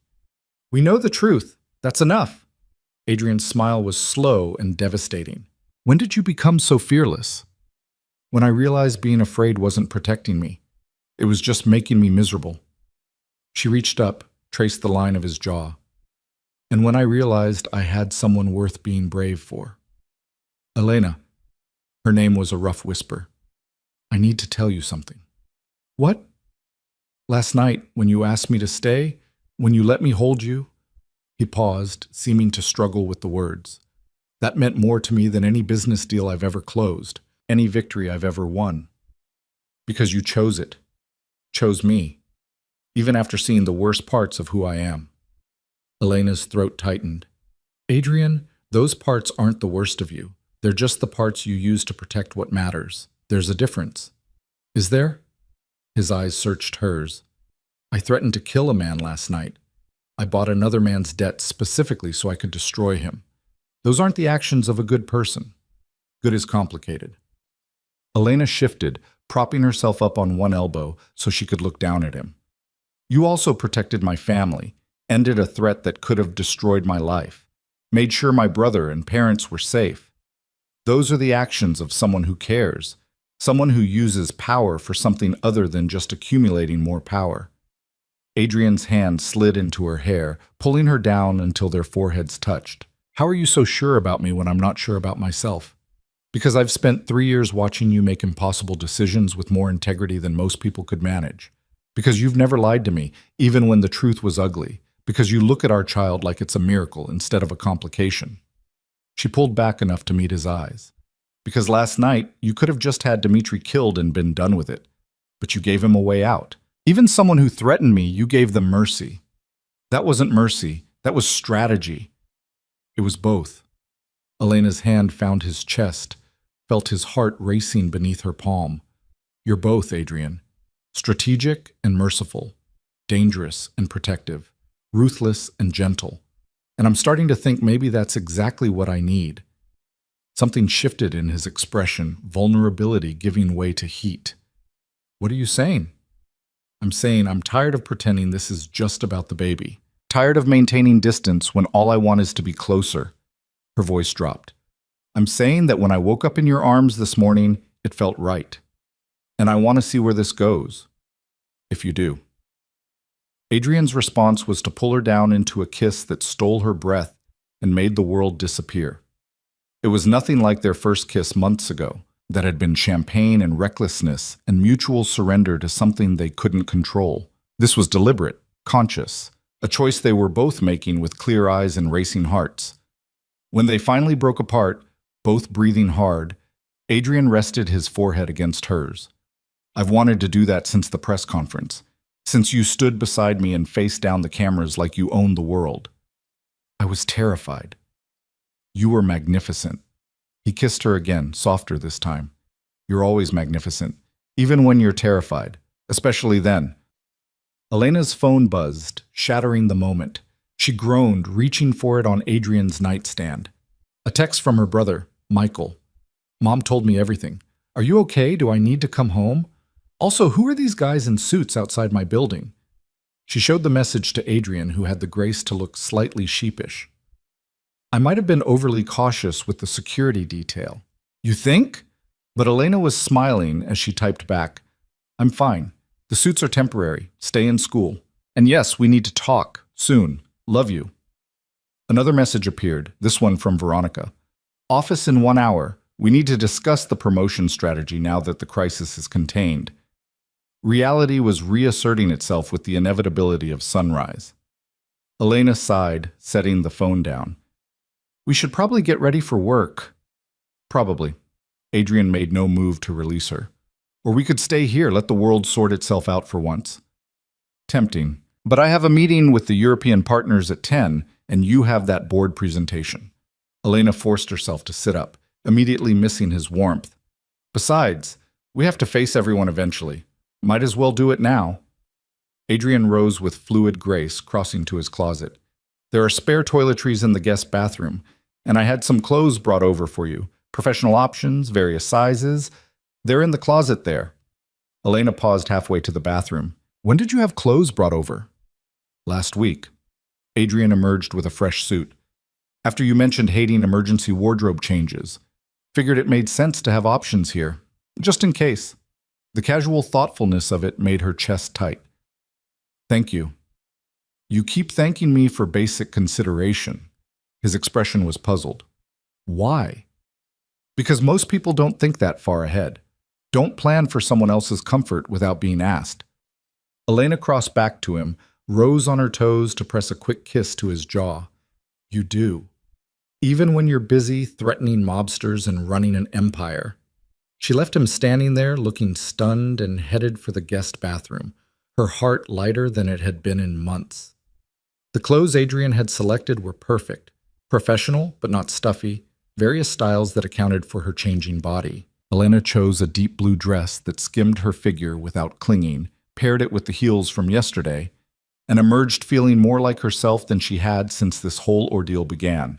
Adrian was waiting in the kitchen, 2 travel mugs of coffee, decaf for her, she noticed, and a paper bag that smelled like heaven. Breakfast sandwiches from that place you like on 5th? He handed her both. You mentioned craving their eggs last week. Elena stared at him. You remembered a casual comment I made about breakfast food? I remember everything you tell me. Adrian shrugged into his suit jacket. It's not difficult when someone actually interests you. They rode to Mercer Holdings together, Davis navigating morning traffic with practiced ease. Elena found herself watching Adrian review documents on his tablet, his brow furrowed in concentration, and felt a wave of affection so strong it surprised her. What? Adrian glanced up, catching her staring. Nothing, just, this is nice, the routine of it, going to work together. We've gone to work together for 3 years. Not like this, Elena gestured between them. Not as whatever we are now. Adrian's smile was soft. Partners, in every sense of the word, if that's what you want. It is. The certainty in her voice surprised them both. The moment they entered the building, Elena felt the weight of dozens of eyes. Whispers followed them across the lobby, through the elevator, down the hall to the executive floor. Some curious, some speculative, some openly hostile. Elena lifted her chin and ignored them all. Ms. Cruz, Jennifer was waiting at her office, looking relieved. Thank goodness. The phones have been ringing nonstop since the retractions went live. Everyone wants a statement. Draft a simple response. Something like, we appreciate the corrections and consider the matter closed. Ms. Cruz's focus remains on her work at Mercer Holdings. Elena settled behind her desk, feeling the familiar comfort of her professional role. Send it to Veronica for approval before releasing it. Already done. Veronica appeared in the doorway, tablet in hand. I took the liberty. Also, Elena, you need to see this. She turned the tablet around. The screen showed a news article, not about the pregnancy or the scandal, but about Elena herself. VP Elena Cruz, the strategic mind behind Mercer Holdings' recent successes. Elena skimmed the article, her eyes widening. It detailed her role in the Nakamura merger, the European partnership she'd just closed, the operational improvements she'd implemented, all factual, all focused on her professional achievements rather than her personal life. How did this happen? Adrian called in some favors, got friendly journalists to shift the narrative. Veronica's expression was approving. By this afternoon, you'll be known for your competence, not your pregnancy, which is exactly how it should be. Elena looked through the glass wall of her office toward Adrian's, caught him watching her. He raised his coffee cup in a small salute, and she felt warmth flood through her chest. He's good at this, Veronica observed, protecting people he cares about. You're not the first, but you might be the most important. What do you mean? Veronica hesitated, then seemed to make a decision.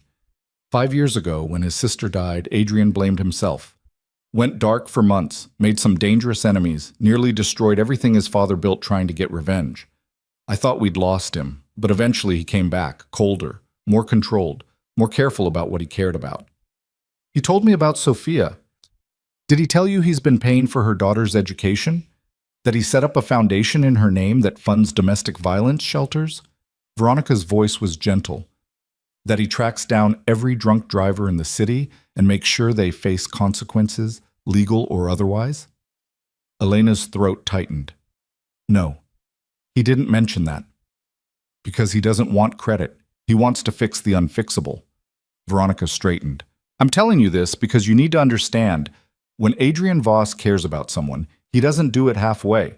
And he hasn't cared about anyone like he cares about you since Sophia died. Don't take that lightly. She left, and Elena sat at her desk, processing. A foundation. Education funds. Justice for his sister pursued long after her death. All the pieces of Adrian she was still discovering, all the ways he turned grief into action. Her phone buzzed. A text from Adrian. Stop thinking so hard. I can see the wheels turning from here. She looked up, found him watching through their respective office windows. She typed back, Veronica told me about the foundation, Sophia's daughter, the drunk drivers. A long pause, then, she talks too much. She talks just enough. Thank you. For turning something terrible into something that helps people. It doesn't bring her back. No. But it means she mattered. That her death changed things. That's more than most people get. She watched him read the message, saw his expression soften. He typed something, deleted it, typed again. Have dinner with me tonight. Not about security or business, just dinner. A real date. Elena's heart skipped.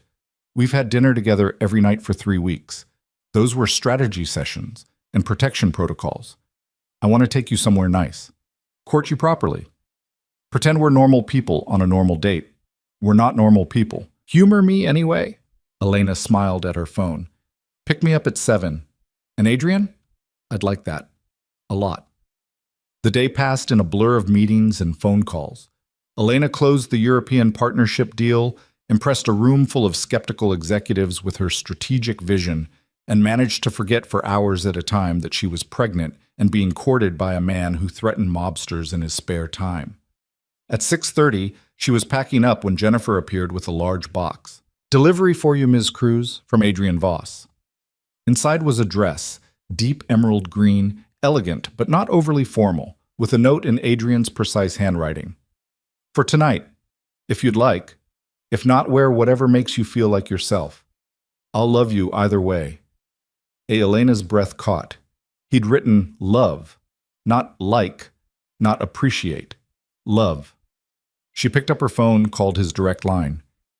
"You wrote love." No preamble. "I did." Adrian's voice was calm. "Is that a problem?" "I don't know. Is it true?" A pause, then quietly. "Yes. I didn't mean to say it like this, was planning to work up to it. But yes, Elena, I love you. I've been falling for months, and I'm done pretending I'm not." Elena sank into her chair, the dress still clutched in her other hand. "Adrian, I don't know what to say." "You don't have to say anything. I'm not asking for reciprocation. Just wanted you to know." His voice was gentle. "Wear the dress if you want. I'll still pick you up at 7 either way." He hung up before she could respond, and Elena sat in her office staring at the phone, her heart racing. Adrian Voss loved her. The powerful, dangerous, complicated man who'd upended her entire life had just casually admitted to loving her in the middle of a Thursday afternoon. And the terrifying part? She was starting to think she might love him too. Elena wore the dress. It fit perfectly, hugging her curves and accommodating her small bump with expert tailoring. She paired it with simple jewelry and let her hair fall loose around her shoulders. When Adrian arrived at her apartment at exactly 7, his reaction made every moment of preparation worthwhile. He stood in her doorway, struck absolutely speechless, his eyes darkening with heat and something deeper. "You're stunning," he finally managed. "You bought the dress." "I bought a dress. You made it devastating." He offered his arm. "Ready?" The restaurant was intimate and exclusive, the kind of place where privacy was guaranteed and the menu didn't list prices. Adrian had reserved a corner table with a view of the city lights, secluded enough for conversation but visible enough to avoid any suggestion of impropriety. "I thought about taking you somewhere more public," Adrian said as they settled into their seats. "Making a statement, but then I realized I wanted you to myself for a few hours. Selfish, I know." "I'm okay with selfish." Elena accepted the menu, scanning options. "Especially after the week we've had." They ordered, and as the waiter departed, Adrian reached across the table to take her hand. "I want to apologize for earlier, the note. Springing that on you wasn't fair." It was honest. Elena threaded her fingers through his. "And I'm tired of dishonesty, even the well-intentioned kind." "Still, love is a big word, especially given our circumstances." Elena studied him in the candlelight, this man who'd become essential to her in ways she was still discovering. "Can I ask you something? And will you answer honestly?" "Always." "If I wasn't pregnant, would you still want this? Us?" Adrian's expression softened. "Elena, I wanted this before you were pregnant. The baby just forced me to stop being a coward about it." He squeezed her hand. "I spent 3 years watching you handle impossible situations with grace. 3 years wanting to cross the professional line and never finding the courage. The baby didn't create my feelings. It just made it impossible to hide them anymore. So this isn't about obligation. This is about finally having an excuse to pursue something I've wanted since approximately the 2nd month you worked for me." A wry smile crossed his face. "When you told off that hostile board member in the meeting, remember?" Elena laughed, the memory surfacing. "Marcus Chen was being an ass about the quarterly projections. You eviscerated him with facts and a smile. I was half in love with you right then. Adrian's thumb traced circles on her palm. It's only gotten worse since. The waiter returned with their meals, and they ate, talking about everything and nothing. Books they'd read, places they wanted to travel, dreams they'd shelved. Adrian told her about wanting to teach philosophy before his father died. Elena confessed she'd almost become a lawyer but couldn't afford the debt. You still could, Adrian said. If you wanted, I'd pay for law school. That's not... I couldn't ask you to... You're not asking. I'm offering. He leaned forward. Elena, I have more money than I could spend in 3 lifetimes. Let me use it for something that matters. For someone who matters. She wanted to argue. Wanted to maintain her independence. But the genuine desire in his eyes to give her this, to help her reclaim a dream she'd abandoned, made her pause. Let me think about it, she said finally. Take all the time you need. Adrian sat back. The offer stands, always. They were finishing dessert when Adrian's phone buzzed. He glanced at it, his expression darkening. What's wrong? Nothing urgent, but we should probably head back. He signaled for the check. There's been a development with the Volkov situation. Elena's stomach dropped. I thought it was over. It is. This is just cleanup. Adrian helped her with her coat, his hand lingering on her shoulder. Dmitri left the city this morning, headed to Miami. My sources confirm he's not coming back. Then what's the development? Adrian guided her toward the exit, his hand at the small of her back. One of his lieutenants didn't get the memo about leaving you alone. Made some threats on social media, very stupid threats.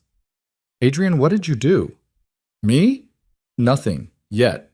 His smile was cold, but I have people having a conversation with him right now, making sure he understands the consequences of ignoring direct orders from his former boss. You're having someone beaten up. I'm having someone educated about boundaries. Adrian held the car door open for her. There's a difference. Elena slid into the car, her mind racing. This was Adrian's world, the one where problems were solved with force and threats were answered with violence. She should be horrified, should demand he call off his people. Instead, she found herself asking, will it work? Adrian's expression shifted, surprise flickering across his face. Yes. By morning, every remaining member of Volkov's organization will know that threatening you is a death sentence. Good. The word surprised them both. Elena, I'm tired of being afraid. She turned to face him in the back seat. Tired of looking over my shoulder. Tired of worrying if my family is safe. If your people can end that, then I'm okay with however they do it. Adrian stared at her for a long moment. You continue to surprise me. Good. I'd hate to be predictable. Elena leaned against him as the car pulled into traffic. Take me home, Adrian. You're home. I don't want to be alone tonight. Are you sure? I'm sure. She looked up at him. I'm sure about a lot of things now. About us. About this. About choosing you even when it's complicated. Adrian's arm came around her, pulling her close. I don't deserve you? Probably not. Elena's smile was soft. But you've got me anyway. They spent the night tangled together in Adrian's bed, talking until the early hours about futures they were building and pasts they were leaving behind. When Elena finally fell asleep in his arms, it was with the certainty that whatever came next, they'd face it together. The next morning, Elena woke to the smell of coffee and bacon. She found Adrian in the kitchen, cooking breakfast with the same focused intensity he brought to everything. You cook? She settled onto a bar stool, accepting the orange juice he offered. I cook breakfast. Everything else, I have caters. He plated eggs with surprising skill. But I wanted to do this for you. Start the day right. They ate together as sunlight streamed through the windows, and Elena felt something settle in her chest. Peace, maybe. Or hope. Or the beginning of love that might actually last. I have the 20-week ultrasound next Wednesday, she said, breaking the comfortable silence. Would you want to come? Adrian's fork clattered against his plate. You want me there? Of course I want you there. It's your baby too. Elena reached across to take his hand. And I want to find out the gender together. If you're interested. Interested? Adrian's voice was rough. Elena, I'd move mountains to be at that appointment. Then it's a date. She smiled at his obvious emotion. Fair warning, They do this thing where they press really hard on your stomach, and it's uncomfortable, and I might squeeze your hand until it goes numb. Squeeze away. Adrian brought her hand to his lips. I'll be there. For every appointment, every milestone, everything. Elena believed him, and that belief felt like the foundation of something real, something lasting, something worth every complication it took to build. The week leading up to the ultrasound passed in a haze of normalcy that felt almost surreal.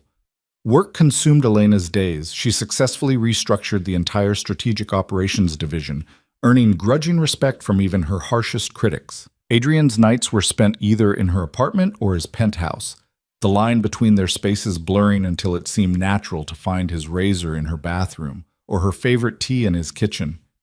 They were building something, a life, a partnership, a family.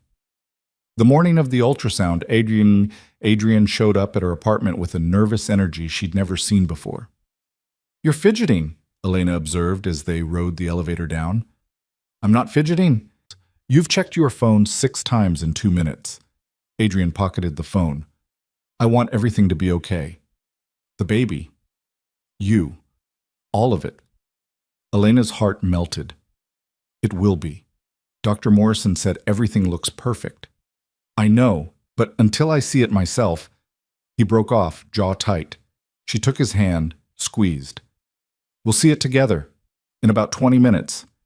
The clinic was modern and welcoming, designed to put nervous parents at ease. Adrian held Elena's hand through check-in, through the wait, through the walk to the examination room. Dr. Morrison, a warm woman in her 50s, greeted them with a knowing smile. "Mr. Voss, good to finally meet you. Elena speaks highly of you." "Does she?" Adrian glanced at Elena with surprise. "She mentioned you're very protective, sends her crackers for morning sickness, restructured her meeting schedule." Dr. Morrison prepared the ultrasound equipment. "Those are the actions of a good partner." "I'm trying to be." Adrian's hand tightened on Elena's as she settled onto the examination table. "Okay, Elena, this gel is going to be cold." Dr. Morrison applied it with practiced efficiency. "And Mr. Voss, you might want to move closer. You'll want to see this." Adrian positioned himself beside Elena's head, his eyes fixed on the monitor. The moment the image appeared, a tiny form, unmistakably human, moving gently on the screen, he went absolutely still. "Oh," he breathed, "that's your baby." Dr. Morrison smiled. 20 weeks along. Let me check measurements." She moved the wand and the image shifted. "Heart rate is perfect. Growth is right on track. And do you want to know the gender?" Elena looked up at Adrian. "Do we?" "Yes." His voice was thick. "Yes. I want to know everything." Dr. Morrison adjusted the angle. "Congratulations, you're having a boy." A son. They were having a son. Elena watched Adrian's face transform, shock giving way to wonder, wonder giving way to a joy so pure it made her throat tight. His hand found hers, gripped like she was his anchor in a suddenly overwhelming world. "A boy," he whispered. "We're having a boy." "He's perfect," Dr. Morrison continued, oblivious to the magnitude of the moment. "All the measurements look excellent. Would you like pictures?" "Yes." Adrian finally tore his eyes from the screen. "Please, as many as you can print." 20 minutes later, they left the clinic with a folder full of ultrasound images and a future that suddenly felt achingly real. Adrian drove them back to his penthouse in silence, his hand never leaving Elena's. Once inside, he set the ultrasound photos carefully on the coffee table, then turned to Elena with an expression that took her breath away. "I need to say something." "Okay." "When I saw him on that screen, when I realized he's real, that in 4 months I'm going to be holding our son," Adrian's voice cracked. "Elena, I've never been so terrified and so grateful at the same time.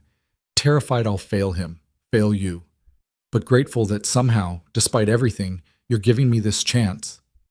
Elena stepped into his space, her hands framing his face. "You're going to be an amazing father. You don't know that."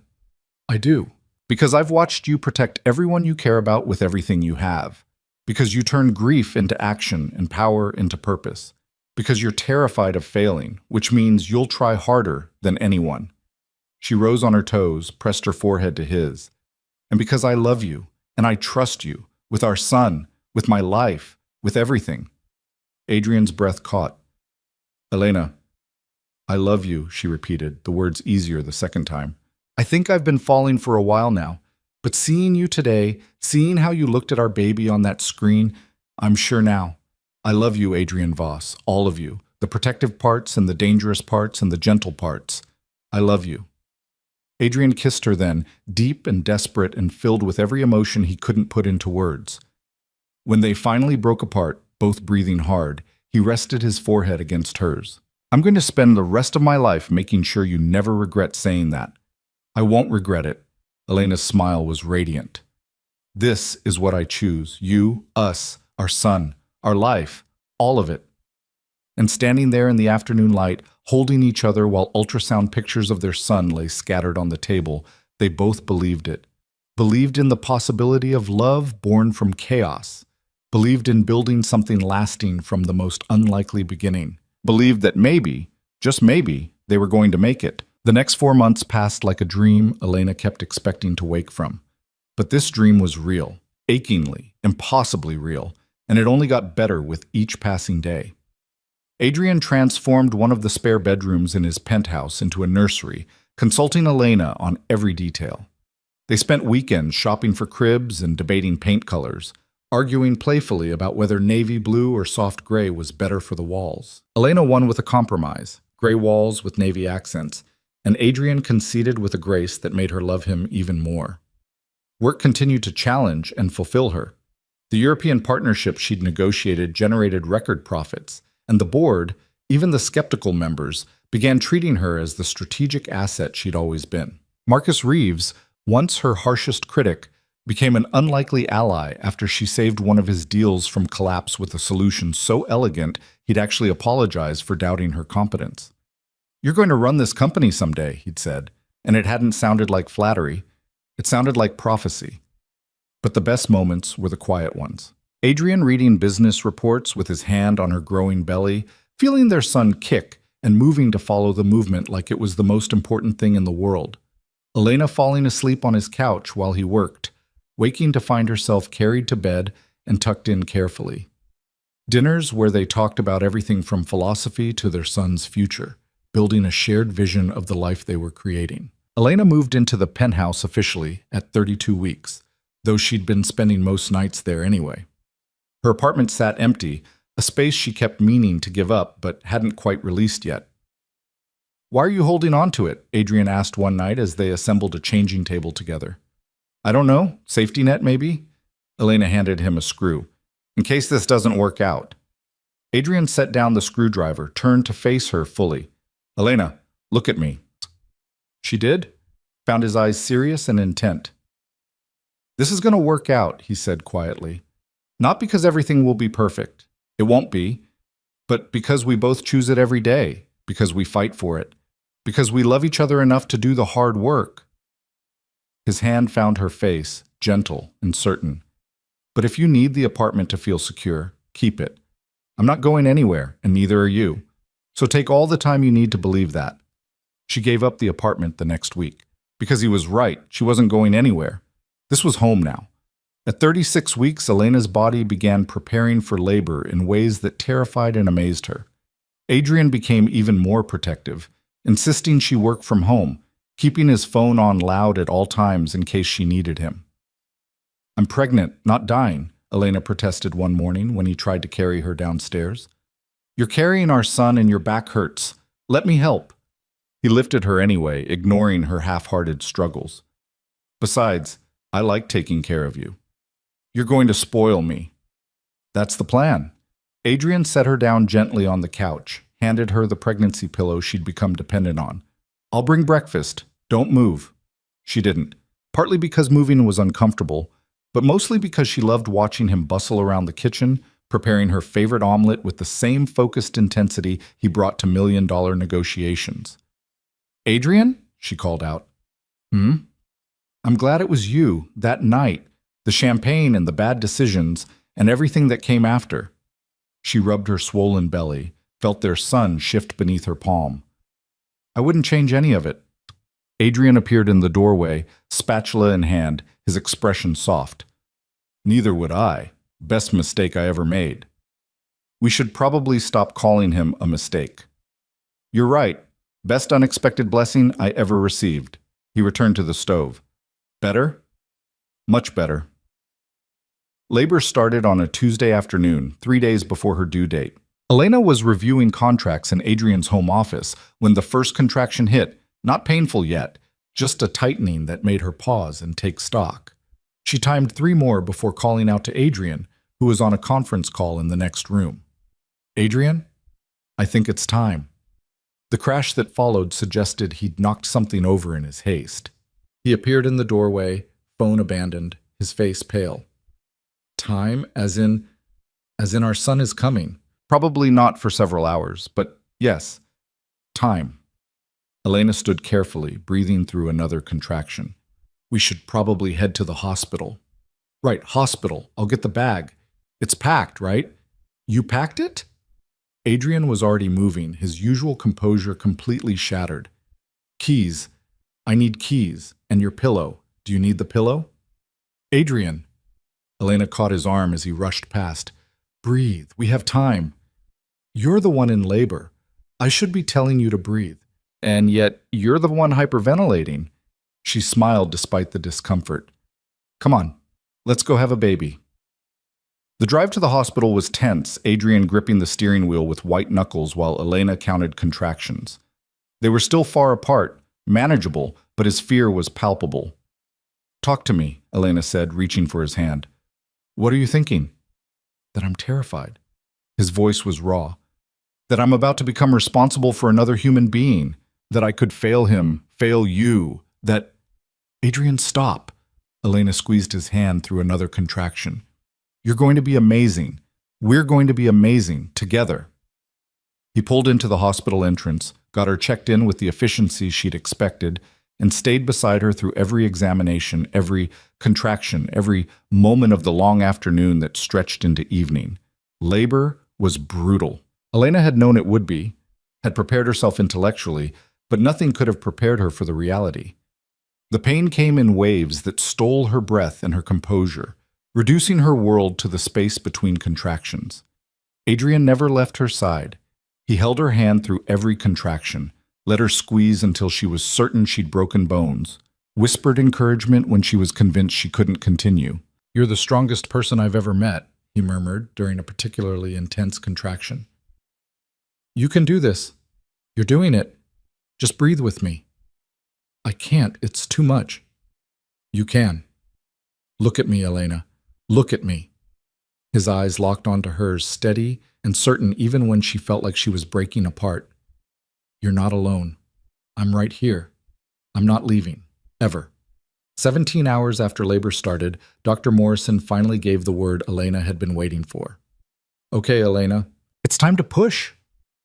The next 30 minutes were a blur of pain and effort, and Adrian's voice in her ear, constant and unwavering.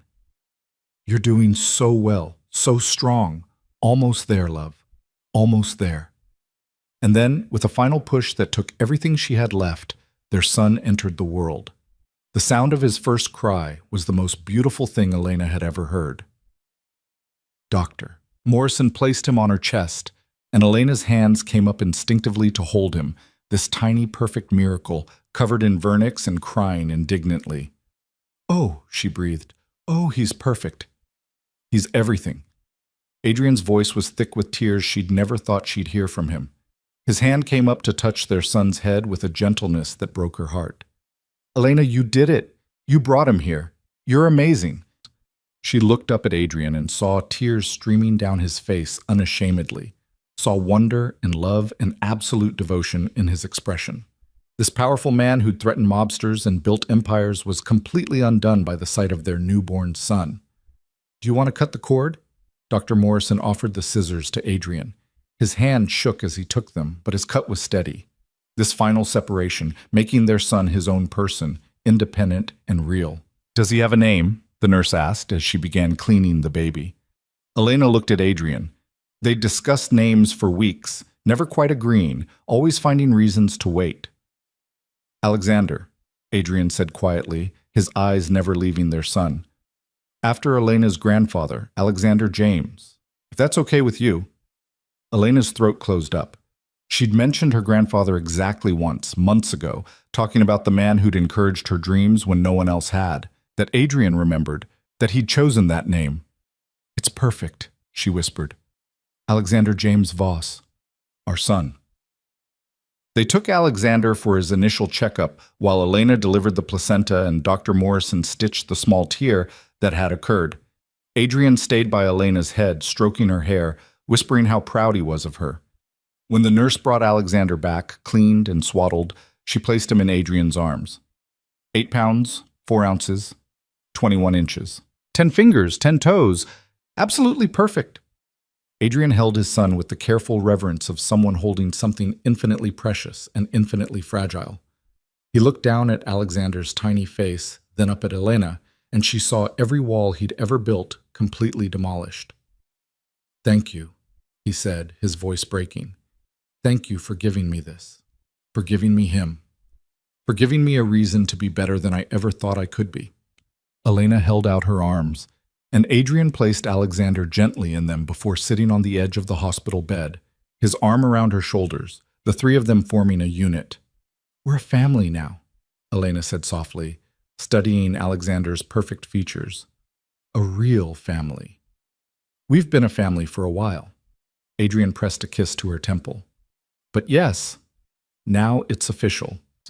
They spent the first night in the hospital learning to navigate parenthood, diaper changes and feeding attempts, and Alexander's preference for being held constantly.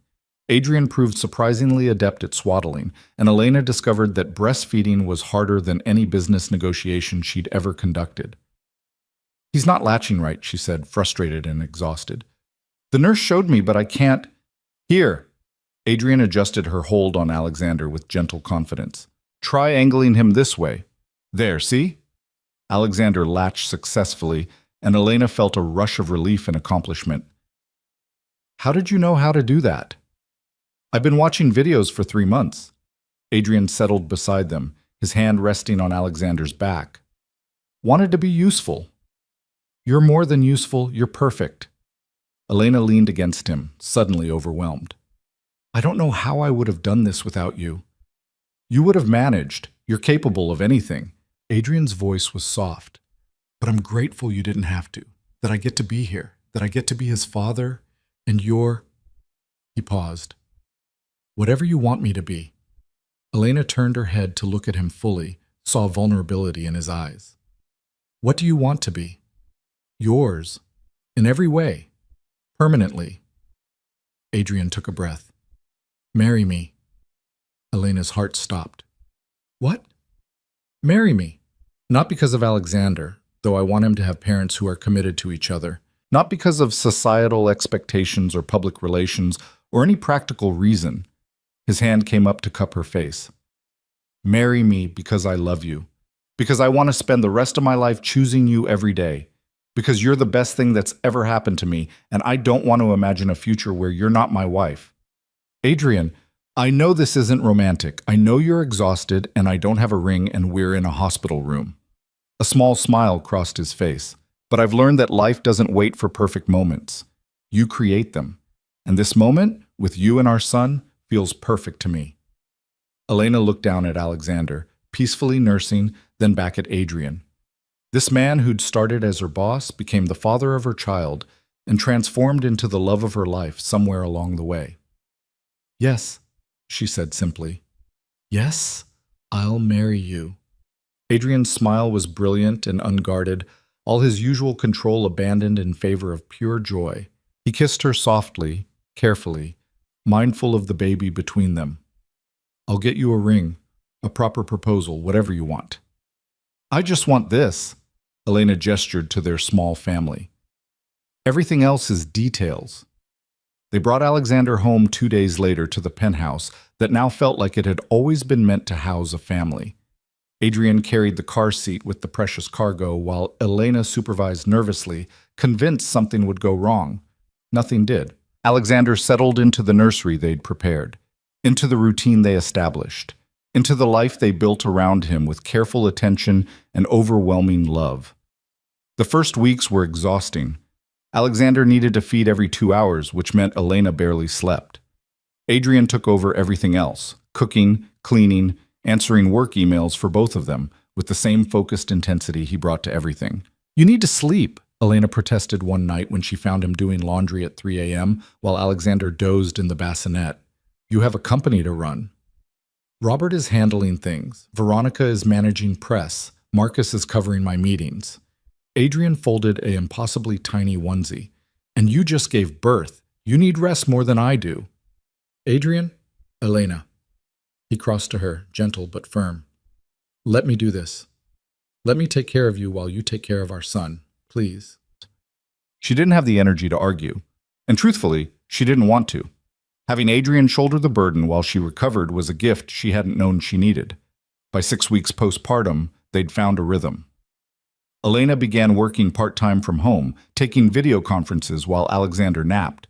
Adrian restructured his schedule to be home more, delegating responsibilities he'd once insisted on handling personally. "I used to think the company would fall apart without me," he admitted one evening as they sat together on the couch, Alexander asleep on his chest.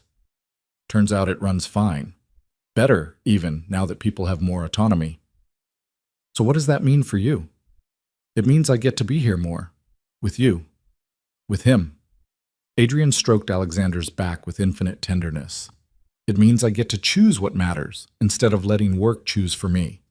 Elena leaned against his shoulder, feeling contentment settle into her bones. "I never thought I'd have this.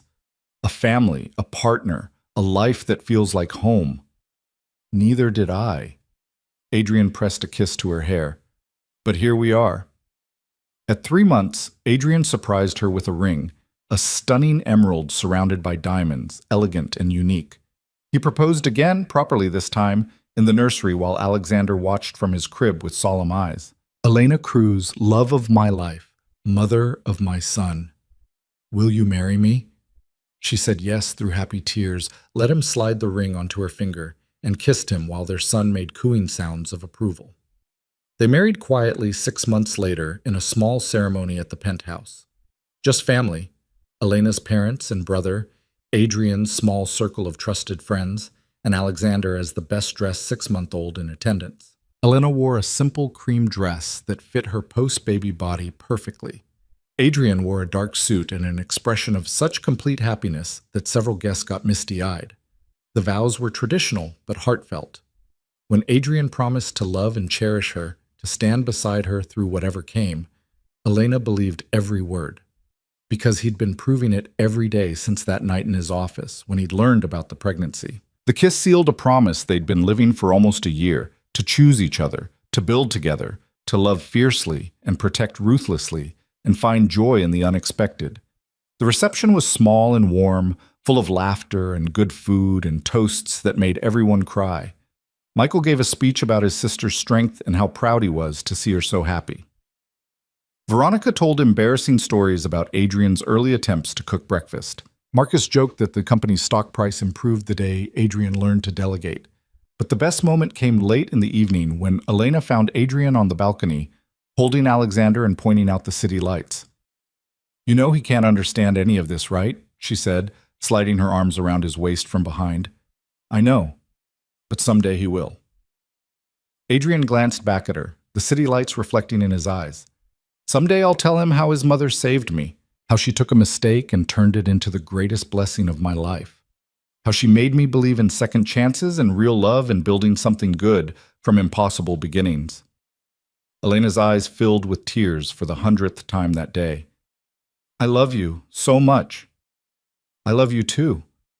Adrian turned to face her fully, Alexander secure in one arm while the other came around her. "Thank you for saying yes. To everything. To staying when you could have run. To loving me when I didn't deserve it. To building this family with me. We deserve each other." Elena stood on her toes to kiss him softly. The good parts and the complicated parts. All of it. They stood there together as husband and wife, as partners in every sense, watching the city lights and feeling their son's steady breathing and knowing they'd found something most people spend lifetimes searching for. 3 years later, Elena stood in the same penthouse, now expanded to include a second nursery, and watched her husband chase their 3-year-old son through the living room while their 7-month-old daughter shrieked with laughter from her playpen. Alexander had Adrian's dark hair and Elena's warm brown eyes, and a personality that combined his father's determination with his mother's strategic thinking. He was brilliant and stubborn and absolutely convinced he could negotiate anything if he tried hard enough. Their daughter, Sophia, named for the sister Adrian had lost, had Elena's features and Adrian's intense gaze, and a laugh that could light up the darkest room. Life was chaotic and beautiful, and nothing like Elena had planned. She was now Executive VP, on track to become CEO within 5 years. Adrian had transitioned Mercer Holdings away from its gray area operations entirely, transforming it into a legitimate empire that helped build communities instead of exploiting them. Together, they'd established a foundation in Sophia's name that supported women leaving dangerous situations, providing resources and protection and second chances. The threats were gone. Dmitry Volkov had died in Miami 2 years ago, a genuine heart attack, verified by multiple sources, though Adrian's enemies still whispered that he'd somehow orchestrated it. Elena didn't ask. Some things were better left unexamined. What mattered was that her family was safe.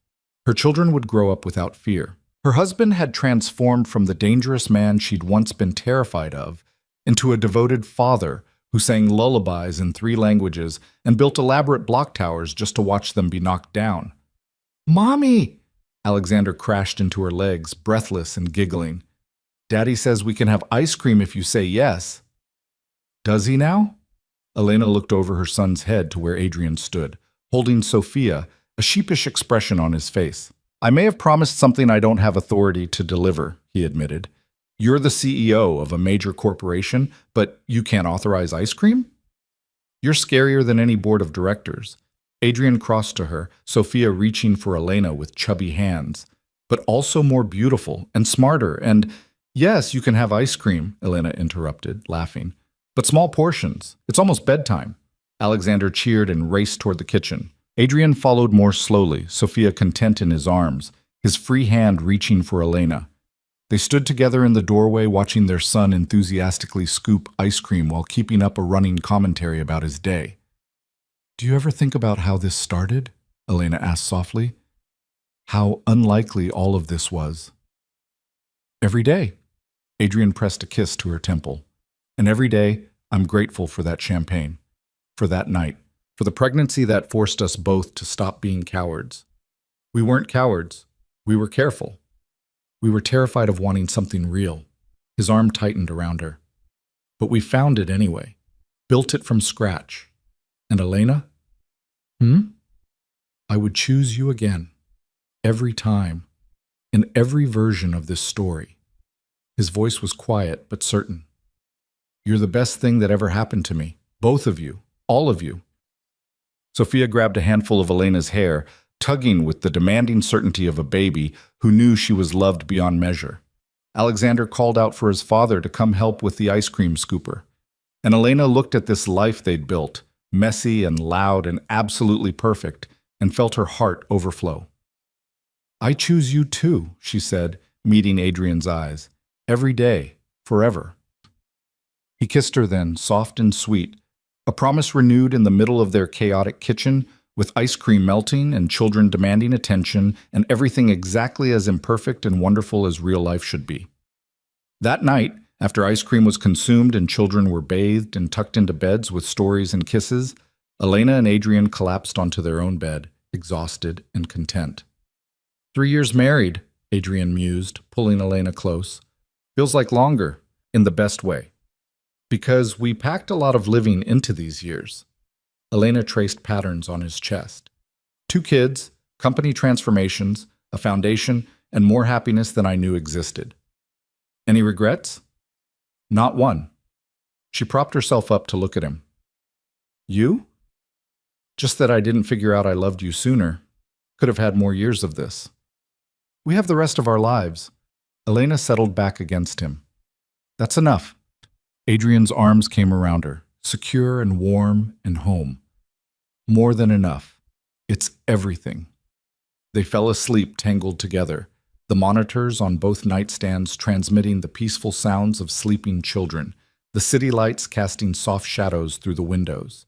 And somewhere in the space between sleeping and waking, Elena thought about the woman she'd been 3.5 years ago, the one who'd tried to resign, who'd planned to disappear, who'd been so terrified of the future she couldn't see the gift it held. That woman would never have believed this ending, would never have thought that the night that seemed like her biggest mistake would become the beginning of her greatest joy.